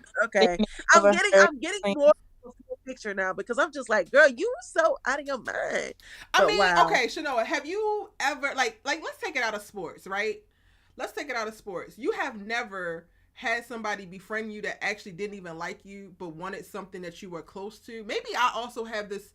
I have a closer proximity to it because I'm in entertainment, and I've had people befriend me because they want to go to events, because they see me on red carpets, and like, you don't really like me for real. You don't give a shit about me for real. You want my +1. It's real. Yeah. I've had people try to be like my fake friends, but I don't be trying to be friends with people for real. Right, because that I could tell that I could that. tell don't actually like me because I did that in middle school. Like I was too like, oh my gosh, I just want to be friends with everybody, and y'all don't even like me for real. Mm-hmm.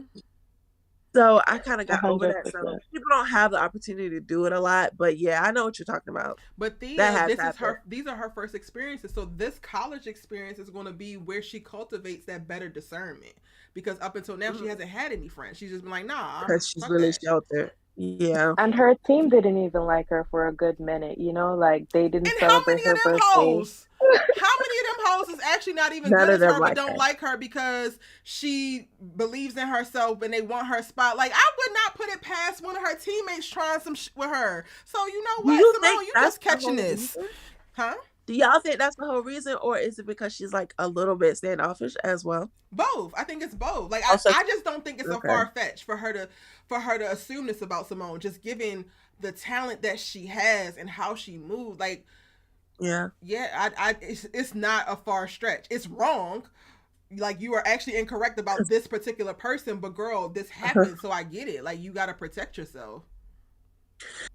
I think there's like a lot of situations surrounding Simone that Thea just didn't trust. You know what I'm saying? Like, what one of the speakers said, the whole SA situation. What was the conversation between her and Damon at her match? You know, all those things. And I think there was something else that happened, right? I can't even recall what happened. Keisha, you're right. But I think also what added to it is the conversation that she overheard with Damon and Simone did not help. Yeah. I know that didn't help, but that's something different. Listen. Hey, I can get on your man. So like athletes and people like Thea. And I'm gonna go ahead. I don't feel like I'm like Thea, but I understand her damn thought process. I get very pragmatic. Like I'm gonna put together a pros and cons list, and if the cons outweigh the pros, then your ass gotta go, and that's in real life for me. But also, didn't Simone tell her she wasn't gonna make it to the party?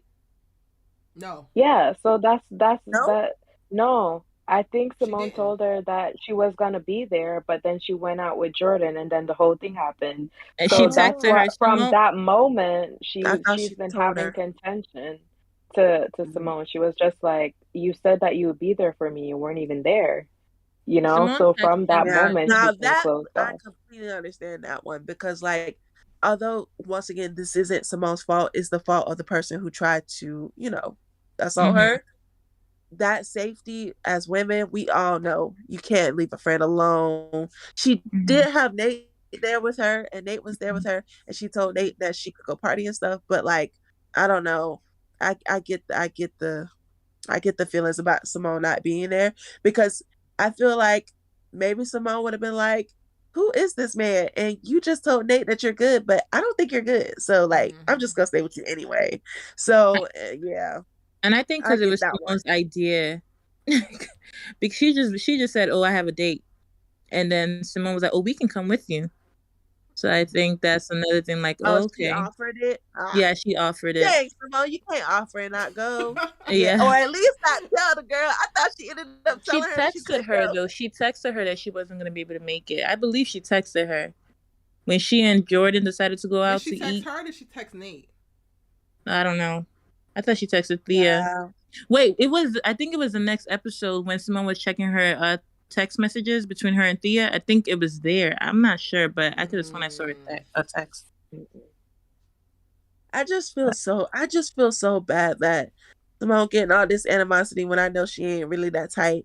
So it's really aggravating. But it's gonna make her better, honestly. But you're right. But you're right about the whole athlete. I really didn't know it went that deep because they doing a lot. Just like practice more. I don't know. I was never an athlete, so like I don't know. Get on the court, do some drills. What do y'all do? People who feel like they can't beat you on the court going to do everything outside the court. Oh no, that's crazy. Because academics was my thing, and baby, it was just me against me in my own mind. You know what I'm saying? So when I'm number one and people are mad, what are you gonna do? You're just gonna be mad. You know what I'm saying? But I get it. I also hated both Simone and Thea's actions to this episode, like them playing the game knowing that one party's injured. Like, why would Thea even, she not listening to her therapist? Like, baby, ego. You can't. I'm mad at Simone about that. Simone had everything to lose, and Thea had nothing to lose except for more recovery time. Simone, you already have the spot. Why are you playing this girl? For your ego, honey? You gonna play her when it don't even damn matter? Simone should have walked the hell away. Thea, I think and she was like, "You want me to embarrass you?" And she still lost. I'm just like, Erica, the way I was watching, y'all. The way I was watching it, I was like, and she better win because she's injured. She was I was like, Simone, you better not lose because you know you shouldn't be playing this girl in the first place. Struggling. I was rooting for Thea in that situation because I didn't want it to be like, oh, the best player is now like what, the worst player? Right. In a way, because I felt like it would have been unrealistic. I was actually rooting for Thea to win. Simone was talking too much. Thea once in that competition, right? She was like number 2 and queen of the court. Like she almost beat Thea. So it's not like Thea would have been the worst player just because Simone won. You know what I'm saying? But the way it's going this episode, it's given that Simone is actually not a great player. Exactly. She's in this thing by the skin of her chinny chin chin. And then has the nerve to post up and give Jordan Baker vibes. I can't. Like, girl, put your head down and keep working. Yeah, and it seems like Simone is gonna get wilder as the season goes on. And like, I'm here for, girl power, but make sure we see you putting in the work, because you can't be acting like you Thea on the court when you're not putting in Thea work. Because we see her doing the work. She put in the time for like her entire life. And we didn't see that for you. Not in the first show and not now, but you talk big, but like your action, it's just not adding up. And I need to see it start Yeah. to add up. And then I can root for you, genuinely, you Yeah. know? Thea did hit that ball at her, but that should have told her not to get on that damn court with her to begin with. The way that she almost took that ear off with her one arm, that would have said, "Oh yeah, I'm not playing you." And it didn't even connect. I feel like she took that too serious, girl. It didn't even hit you. Like, let it go. I don't know. I thought she should have been a bigger person. Simone, Hey, sorry deep if I'm and for screaming, y'all. I real, can barely okay? hear myself. I don't know. Simone, My I ears love is you, fogged baby. up. If we were real friends in real life, I would be like, Mama, be fucking for real. You're great. You're a great person, but be fucking for real. Thea will eat your ass alive on this court. And she But don't don't have you Yeah, nothing well, else what to are you trying to lose. prove?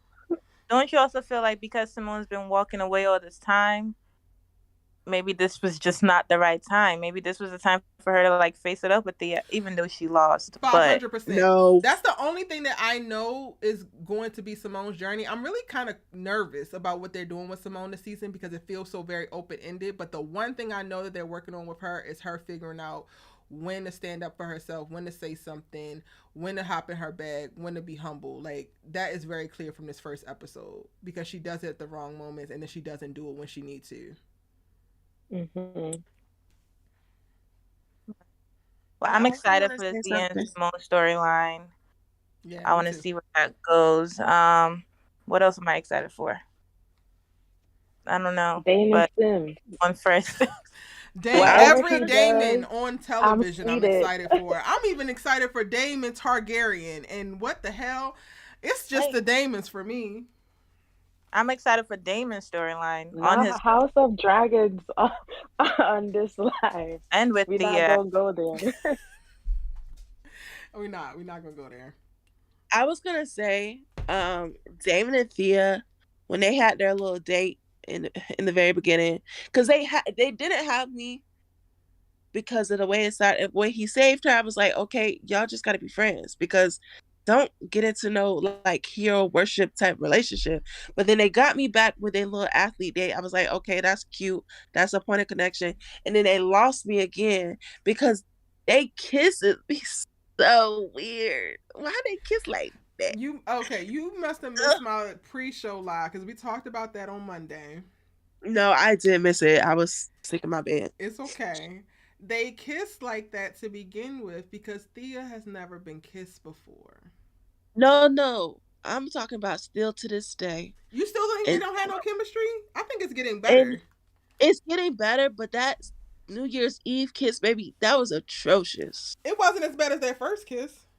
It wasn't, but it was also like supposed to be passionate, but it just gave yuck. I don't know. I did not like it. What I told them on Monday, Shanoa, and I'm gonna tell you right now, is y'all asses are too used to these hot in the tail pants ass teenagers who've been bumping ugly since they was in middle school, and now that you're seeing a girl who has never been kissed, has never been in a relationship, is still a virgin, and potentially, I don't know if Damon's a virgin or not, but I think it would be very cute if he was. And this dude, and you see them coming together at the very beginning, and they're both very inexperienced. Now y'all want to write it off as if they don't have any chemistry, when this is actually what all of us look like when we first get started. Then we get to the point of being Olivia and Spencer and Asher and Jordan and all the other ones that have been bumping ugly since they were in 7th grade. I'm just saying. I understand all of that, but also I want. But I want them to be kissing good.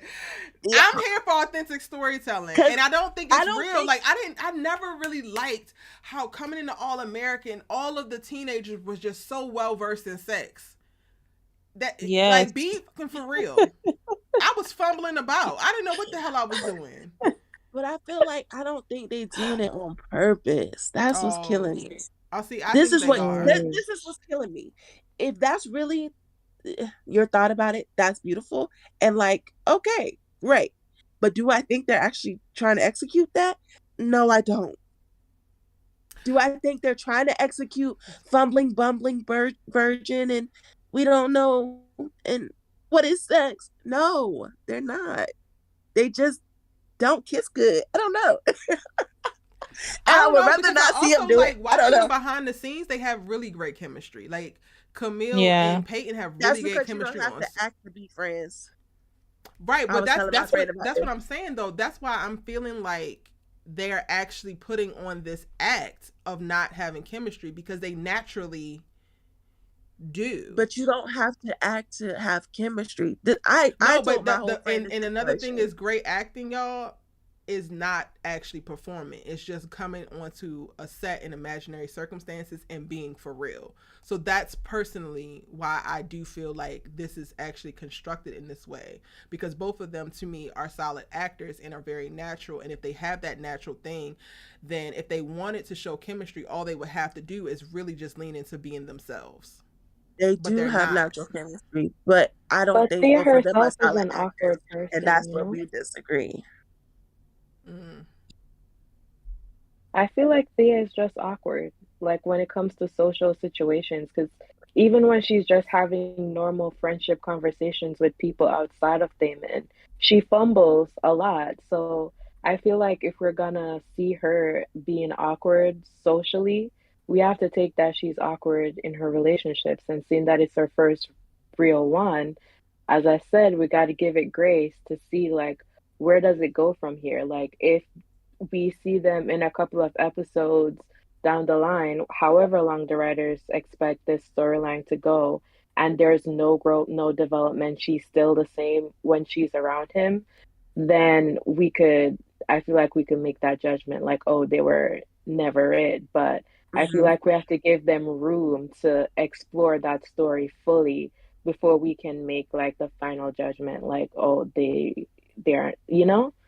Like looking at the Sierra says y'all context want of Thea to be someone. a vixen so bad. I'm giving them. I don't even want her to be a vixen. I want her to stop kissing Damon in front of me. I'm giving them time, and honestly, they have gotten better, but it's still bad, and I don't want to see it. But I like everything else that they Well, got I would rather going. see that than see the electric chemistry that is Olivia in all of their sexual ways. Meanwhile, she's a general menace and can't go to the damn grocery store and read a book on the couch with his ass. I'm sorry. When you holding that in, my friend, she said, and this is what I think about that. A win is a win, Erica. Let it go. Let it go. Not they can't go to the grocery store and sit on the couch. I will watch a fumbling, bumbling kiss in a heartbeat as long as I don't got a damn menace wreaking havoc over everything except the bedroom. Man, and for real. But I hear you. I hear you, Shanoa. I hear you. But the way he was there for her and everything they were talking about, that's sweet. So, like, kudos. I'm not even gonna hold you. I love Simone, y'all. I really love Simone. This is similar to Layla, right? Like I love Layla, but she got some areas of opportunity in certain decisions that she's making. They're doing nothing but giving me more ammunition for not wanting Simone and Damon together, because Simone ain't even on his caliber as an athlete. Like, dang, why you had to say that like that? I love you, Simone, but you just don't The stack Coco up there, Jones mama. caliber? So why y'all running You gotta around know his talking about caliber? Damon is it? Survey said no. No, babe. Huh.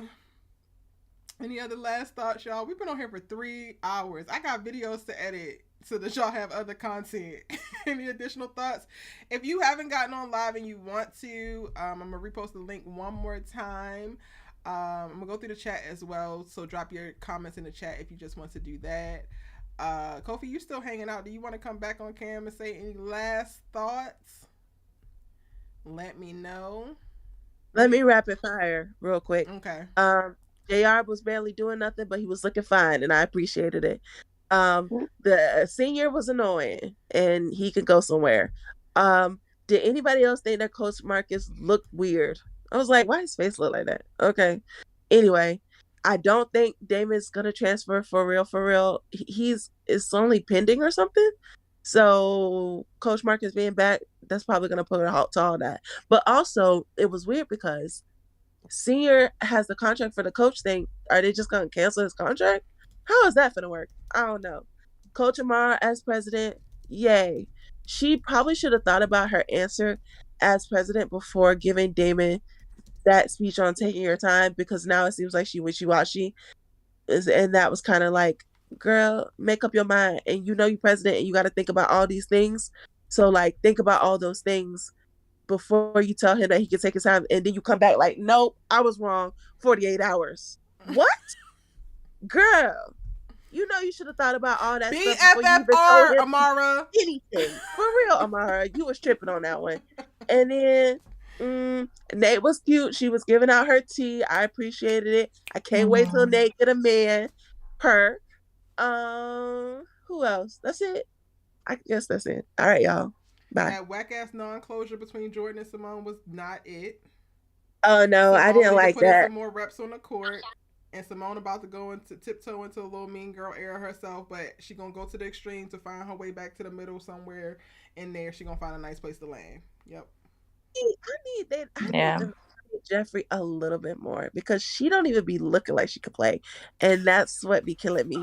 Like, I love you. I ain't even gonna hold you. I feel like I was being nitpicky, but her little trots up to go shake them people's hand. I was like, girl, it don't even look like you just annihilated their asses. For it looked like this is so pedestrian. Right. And I don't even play those sports, but even I was like, girl, that ain't even giving Venus, much less Serena. What you doing? Out of here. Love they you. They said she was a mini Serena now. No. But we ain't seen it yet, so. Not yet. But I love her down. All right, y'all. Bye. Thank you. Let me round off. Excited for the great storytelling. Excited for Thea, Simone, Damon, Nate, and Cam. And Keisha. Yeah, and Keisha. And I want to see Damon's mom back. I like her. Me too. So. Me too. All right. Good night. Good night. Final thoughts. I'm excited again for my girl Thea. I know you guys be saying that, you know, she has stuff, but I don't see it.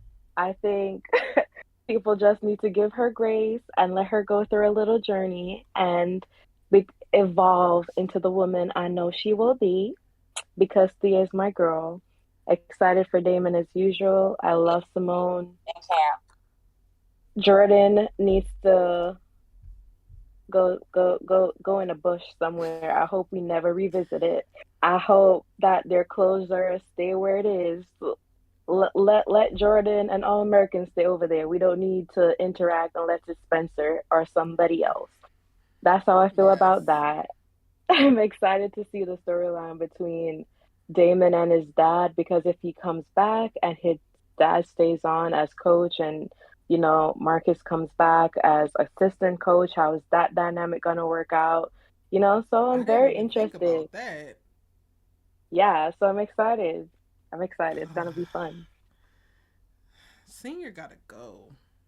Well, thank you, babe. Thank you so much for your thoughts. Thank you. Good night. Good night.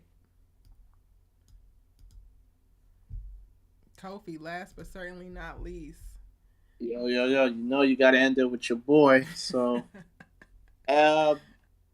one thing I didn't bring up that I had forgotten to mention, but it now hit me. I'm glad Thea got it together and is now going to be supporting Damon. But from Damon's perspective, how's he going to... Well, he knows that Thea is not really rocking with Simone now, so I'm wondering if that's just going to continue as the season goes on. Because I feel like he's going to be caught between a rock and a hard place, because you got these two bomb-ass women. One's your girl that you love down. The other is a really, really good best friend that is also someone that you can go to for advice, and, you know, she can help you, you know, with whatever problems you have going on. So I'm wondering how he's finna juggle this. Like, you know what I'm saying? And I don't know. I don't think this would be lazy writing if Thea said don't talk to Simone ever, because that's just you just asking to be broken up with. So, like, don't do that. So I don't need that to happen. Not you think he would immediately choose Simone over Thea? I mean, look, they don't have to talk. They can still be rivals. But if she keeps throwing shots and keep kicking this mean girl energy, that's going to be a turnoff. And I don't know if Damon's going to have it. You know what I'm saying? So that's just my opinion. Because if that was me and my girl not fucking with my best friend and she keep kicking this negative energy, we're going to have a conversation. So that's where I'm at. And then, yeah, I'm tired of Jessie Raymond Sr. too. Do you like your best friend? No, I don't like my best friend. See, I'm not. Be effing for real, Kofi. I don't know about that. I don't know if it's as easy to dismiss your girl for your best friend if you ain't romantically inclined with her. But go ahead. I'm not romantically inclined, but I'm not about disrespect either. So, like, y'all gonna have to get it together, or I'm gonna have to make a decision, and y'all ain't gonna like it. So that's where I'm at. Jessie Raymond Sr., I'm here for Damon giving him smoke. Now, JR is interesting. He's like, I don't think he's giving him smoke either, but he's not going to be in it as well. So I'm interested to see how that navigates too. If anything, the one parent I'm thinking he might decide to have a relationship is Celine, his JR's mom.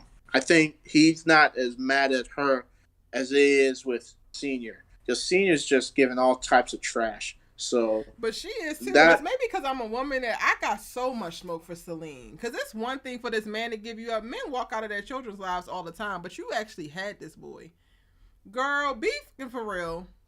But I hear you. Yeah, I hear you. Yeah, right. So that's where I'm at. And then Cam, Keisha, y'all. You and Asher and Jamie are like the only stable couples in this universe, so y'all better just not give Asher and Jamie stable couple until we've actually seen them be stable couple.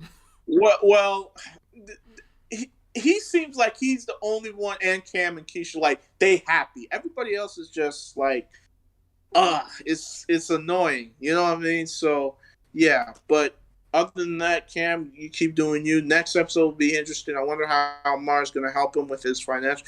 Can they really like kick him out of school because if you can't pay, you can't pay. Yeah, you can't pay. I don't know. I don't like how they handling the whole student athlete thing. And maybe I just gotta chill because I've lived it. I have a little bit more insight. But when you sign on, they pay for your first that year. Like you literally renew your contract every single year. So midway through, they can throw you out as long as you don't, or you can get hurt. But as long as you don't like compromise yourself, your academic eligibility, or something like fully on your terms, they still have to pay. Like there are people who redshirt, right? And they sit out a whole year, but they're still getting their school paid for. So I don't think that it's realistic for them to have it be like, oh, next semester you got to come out of pocket when he legitimately got hurt. It was out of his control, and they are typically on the hook for the whole year. Yeah, I just don't understand. Well, I wasn't an athlete, so you probably can explain it better than me because he had a medical condition, right? He was still doing football activities. He decided to help his girl save the school. And then because he decided to skip curfew, you terminate his scholarship, and now he has to pay out of pocket. Like, what kind of? That's probably why Amara's going to look into it, because I feel like that was totally unfair. Yeah. Like, it would literally have to be he's consistently missing practices and like not showing up, like not just one. They can't do it for just one. And the only other thing I could think about would be if they try to determine his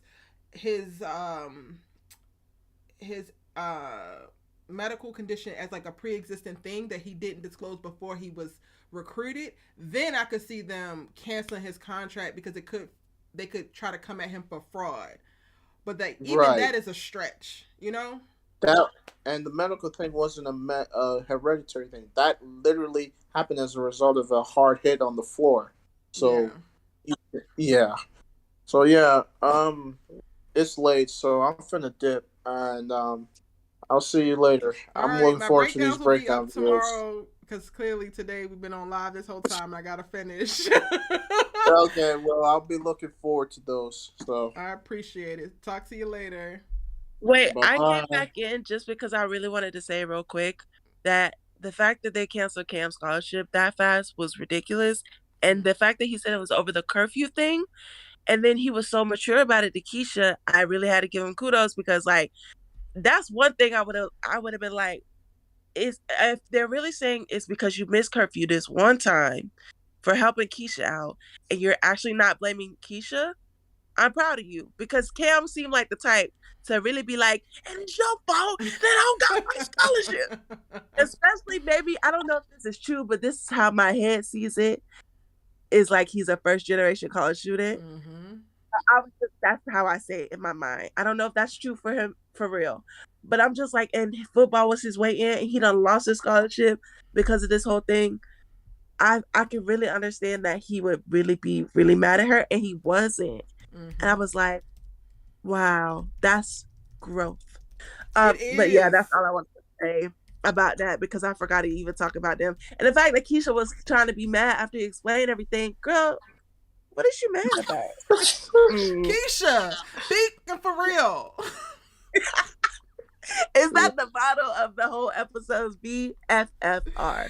They because was I was all like, giving so much anxiety with their explained messiness. everything.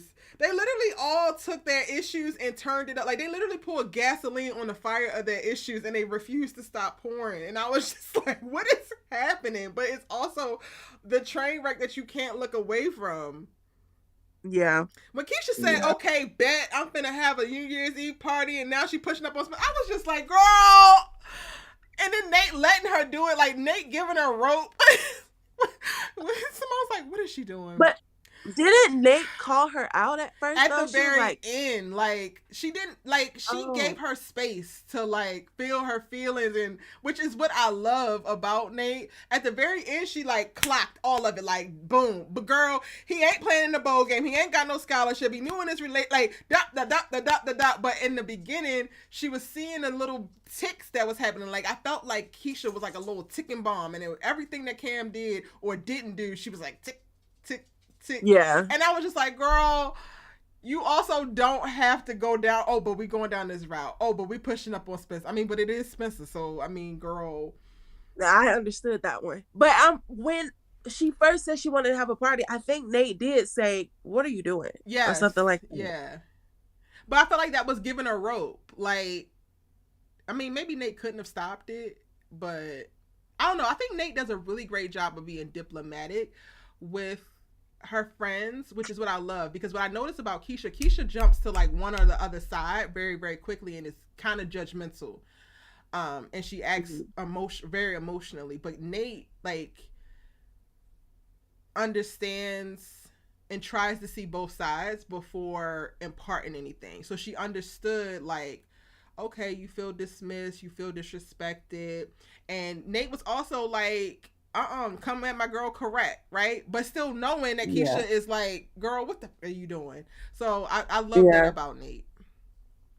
Yeah, Nate that was I truly appreciate a great that. friend. Wait, I didn't hear you. Oh, I I was said saying, Nate. sorry. Go. No, I was agreeing with you on that, yeah. Yeah, Nate is truly a great friend. Also, people don't deserve her. Right. Yeah. And Keisha, when she was talking about some, and Layla can't control how Jordan, girl, shut up.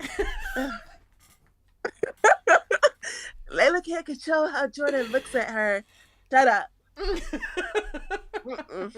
I didn't like that, not a bit. I say, and she can't, but what she can't control is the fact that they had a little emotional affair, and she knew that was your man. But you know why she knew that was your man? Because she was your best. What was it? Maid of honor?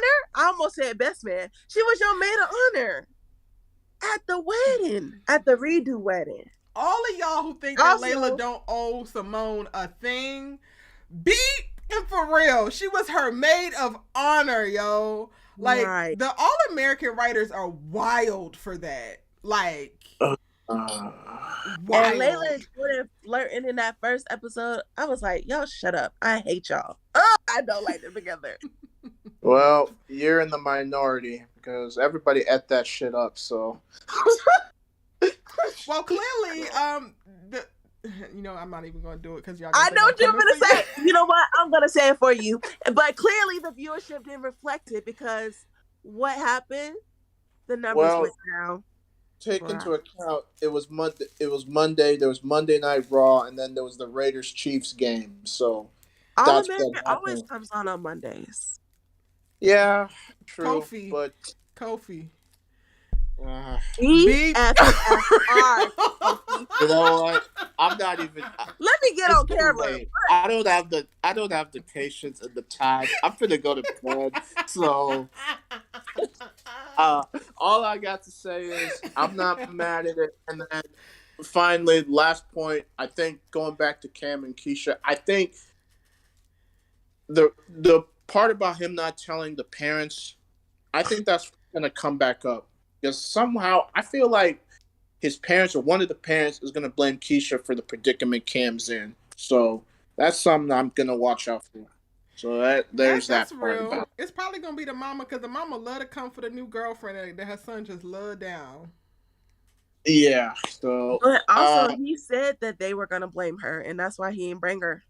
Because he did tell them why he lost his scholarship. That part. Also, they need to give an exception because he helped y'all save the school. So, like, hang it up, flat screen. Also, I'm on camera to say, Kofi, BFFR. Yuck. I hate them. I want y'all to see my face when I say, protect my peace, I hate them now. Good night, y'all. Good night, Kofi. We love you. Bye. All right, I'm going for real. I'm going for real, Erica. I know you're trying to get off of here. It's all good. Love you. Love you too. Have a good night. Y'all, I can't. Y'all are hilarious. This has been so real. Welcome back to the All-American Universe live conversations right here on Erica Vane TV. If you haven't already, give this video a like, y'all. We should be able to drive up the like, and everybody who's in the chat is subscribed. But you can also share this on your social media. You can clip, like now YouTube has a little segment or a little thing where you can actually clip specific parts of the video that you might have really loved or things that you agree with, and you can share it to Facebook, or you can share it onto your Instagram, or you can share it to Twitter. Please feel free to do so and support the channel in that way. Again, I thank y'all so much for John, you in Discord? You're not in Discord yet. Nope, you're not in there. You're gonna have to get me next time, John. Welcome in though. I ain't seen you in a minute. Thank y'all so much for joining me and coming back for the lives. I'm so excited to be here and talking about these shows with y'all, even with All American stressing us out the way that it does. I love actually connecting with y'all and talking about these series and talking about these characters and sharing life experiences and all of that. We're gonna work out the kinks, and I'm gonna get the lives to be looking super popping and super streamlined. If you haven't already, join the Discord community, y'all. Add a profile photo to your Discord account if you're already in there. This is my private Discord server, so you know when you join it, it will be something that's specific to me. You don't have to worry about your information or anything going anywhere else. But that will be how y'all are able to call in, whether it's in just voice or and coming on camera with me during these lives. Join my Discord, as well as like there's going to be separate exclusive communications that happen. Discord is like a huge chat room where we're able to talk about different topics, different shows, whether it's All American or Sisters of Fatima or whatever. I'm going to be having a lot of conversations there, and again, you guys are going to be able to patch in or call into the live shows via that. So please join, and then add a profile photo and make sure your name is your name so that I don't have to deal with any of the things that we happened before. Again, I apologize for the mishap with the super rude guests popping on in the way that they did. That will definitely not happen again. Links for the Discord are in the video description boxes for all of the videos, so feel free if you're looking for the link to check there. I appreciate y'all. If you're catching this on replay, drop a comment in the comment section and I will reply to it. And I will see y'all in my next video. Bye.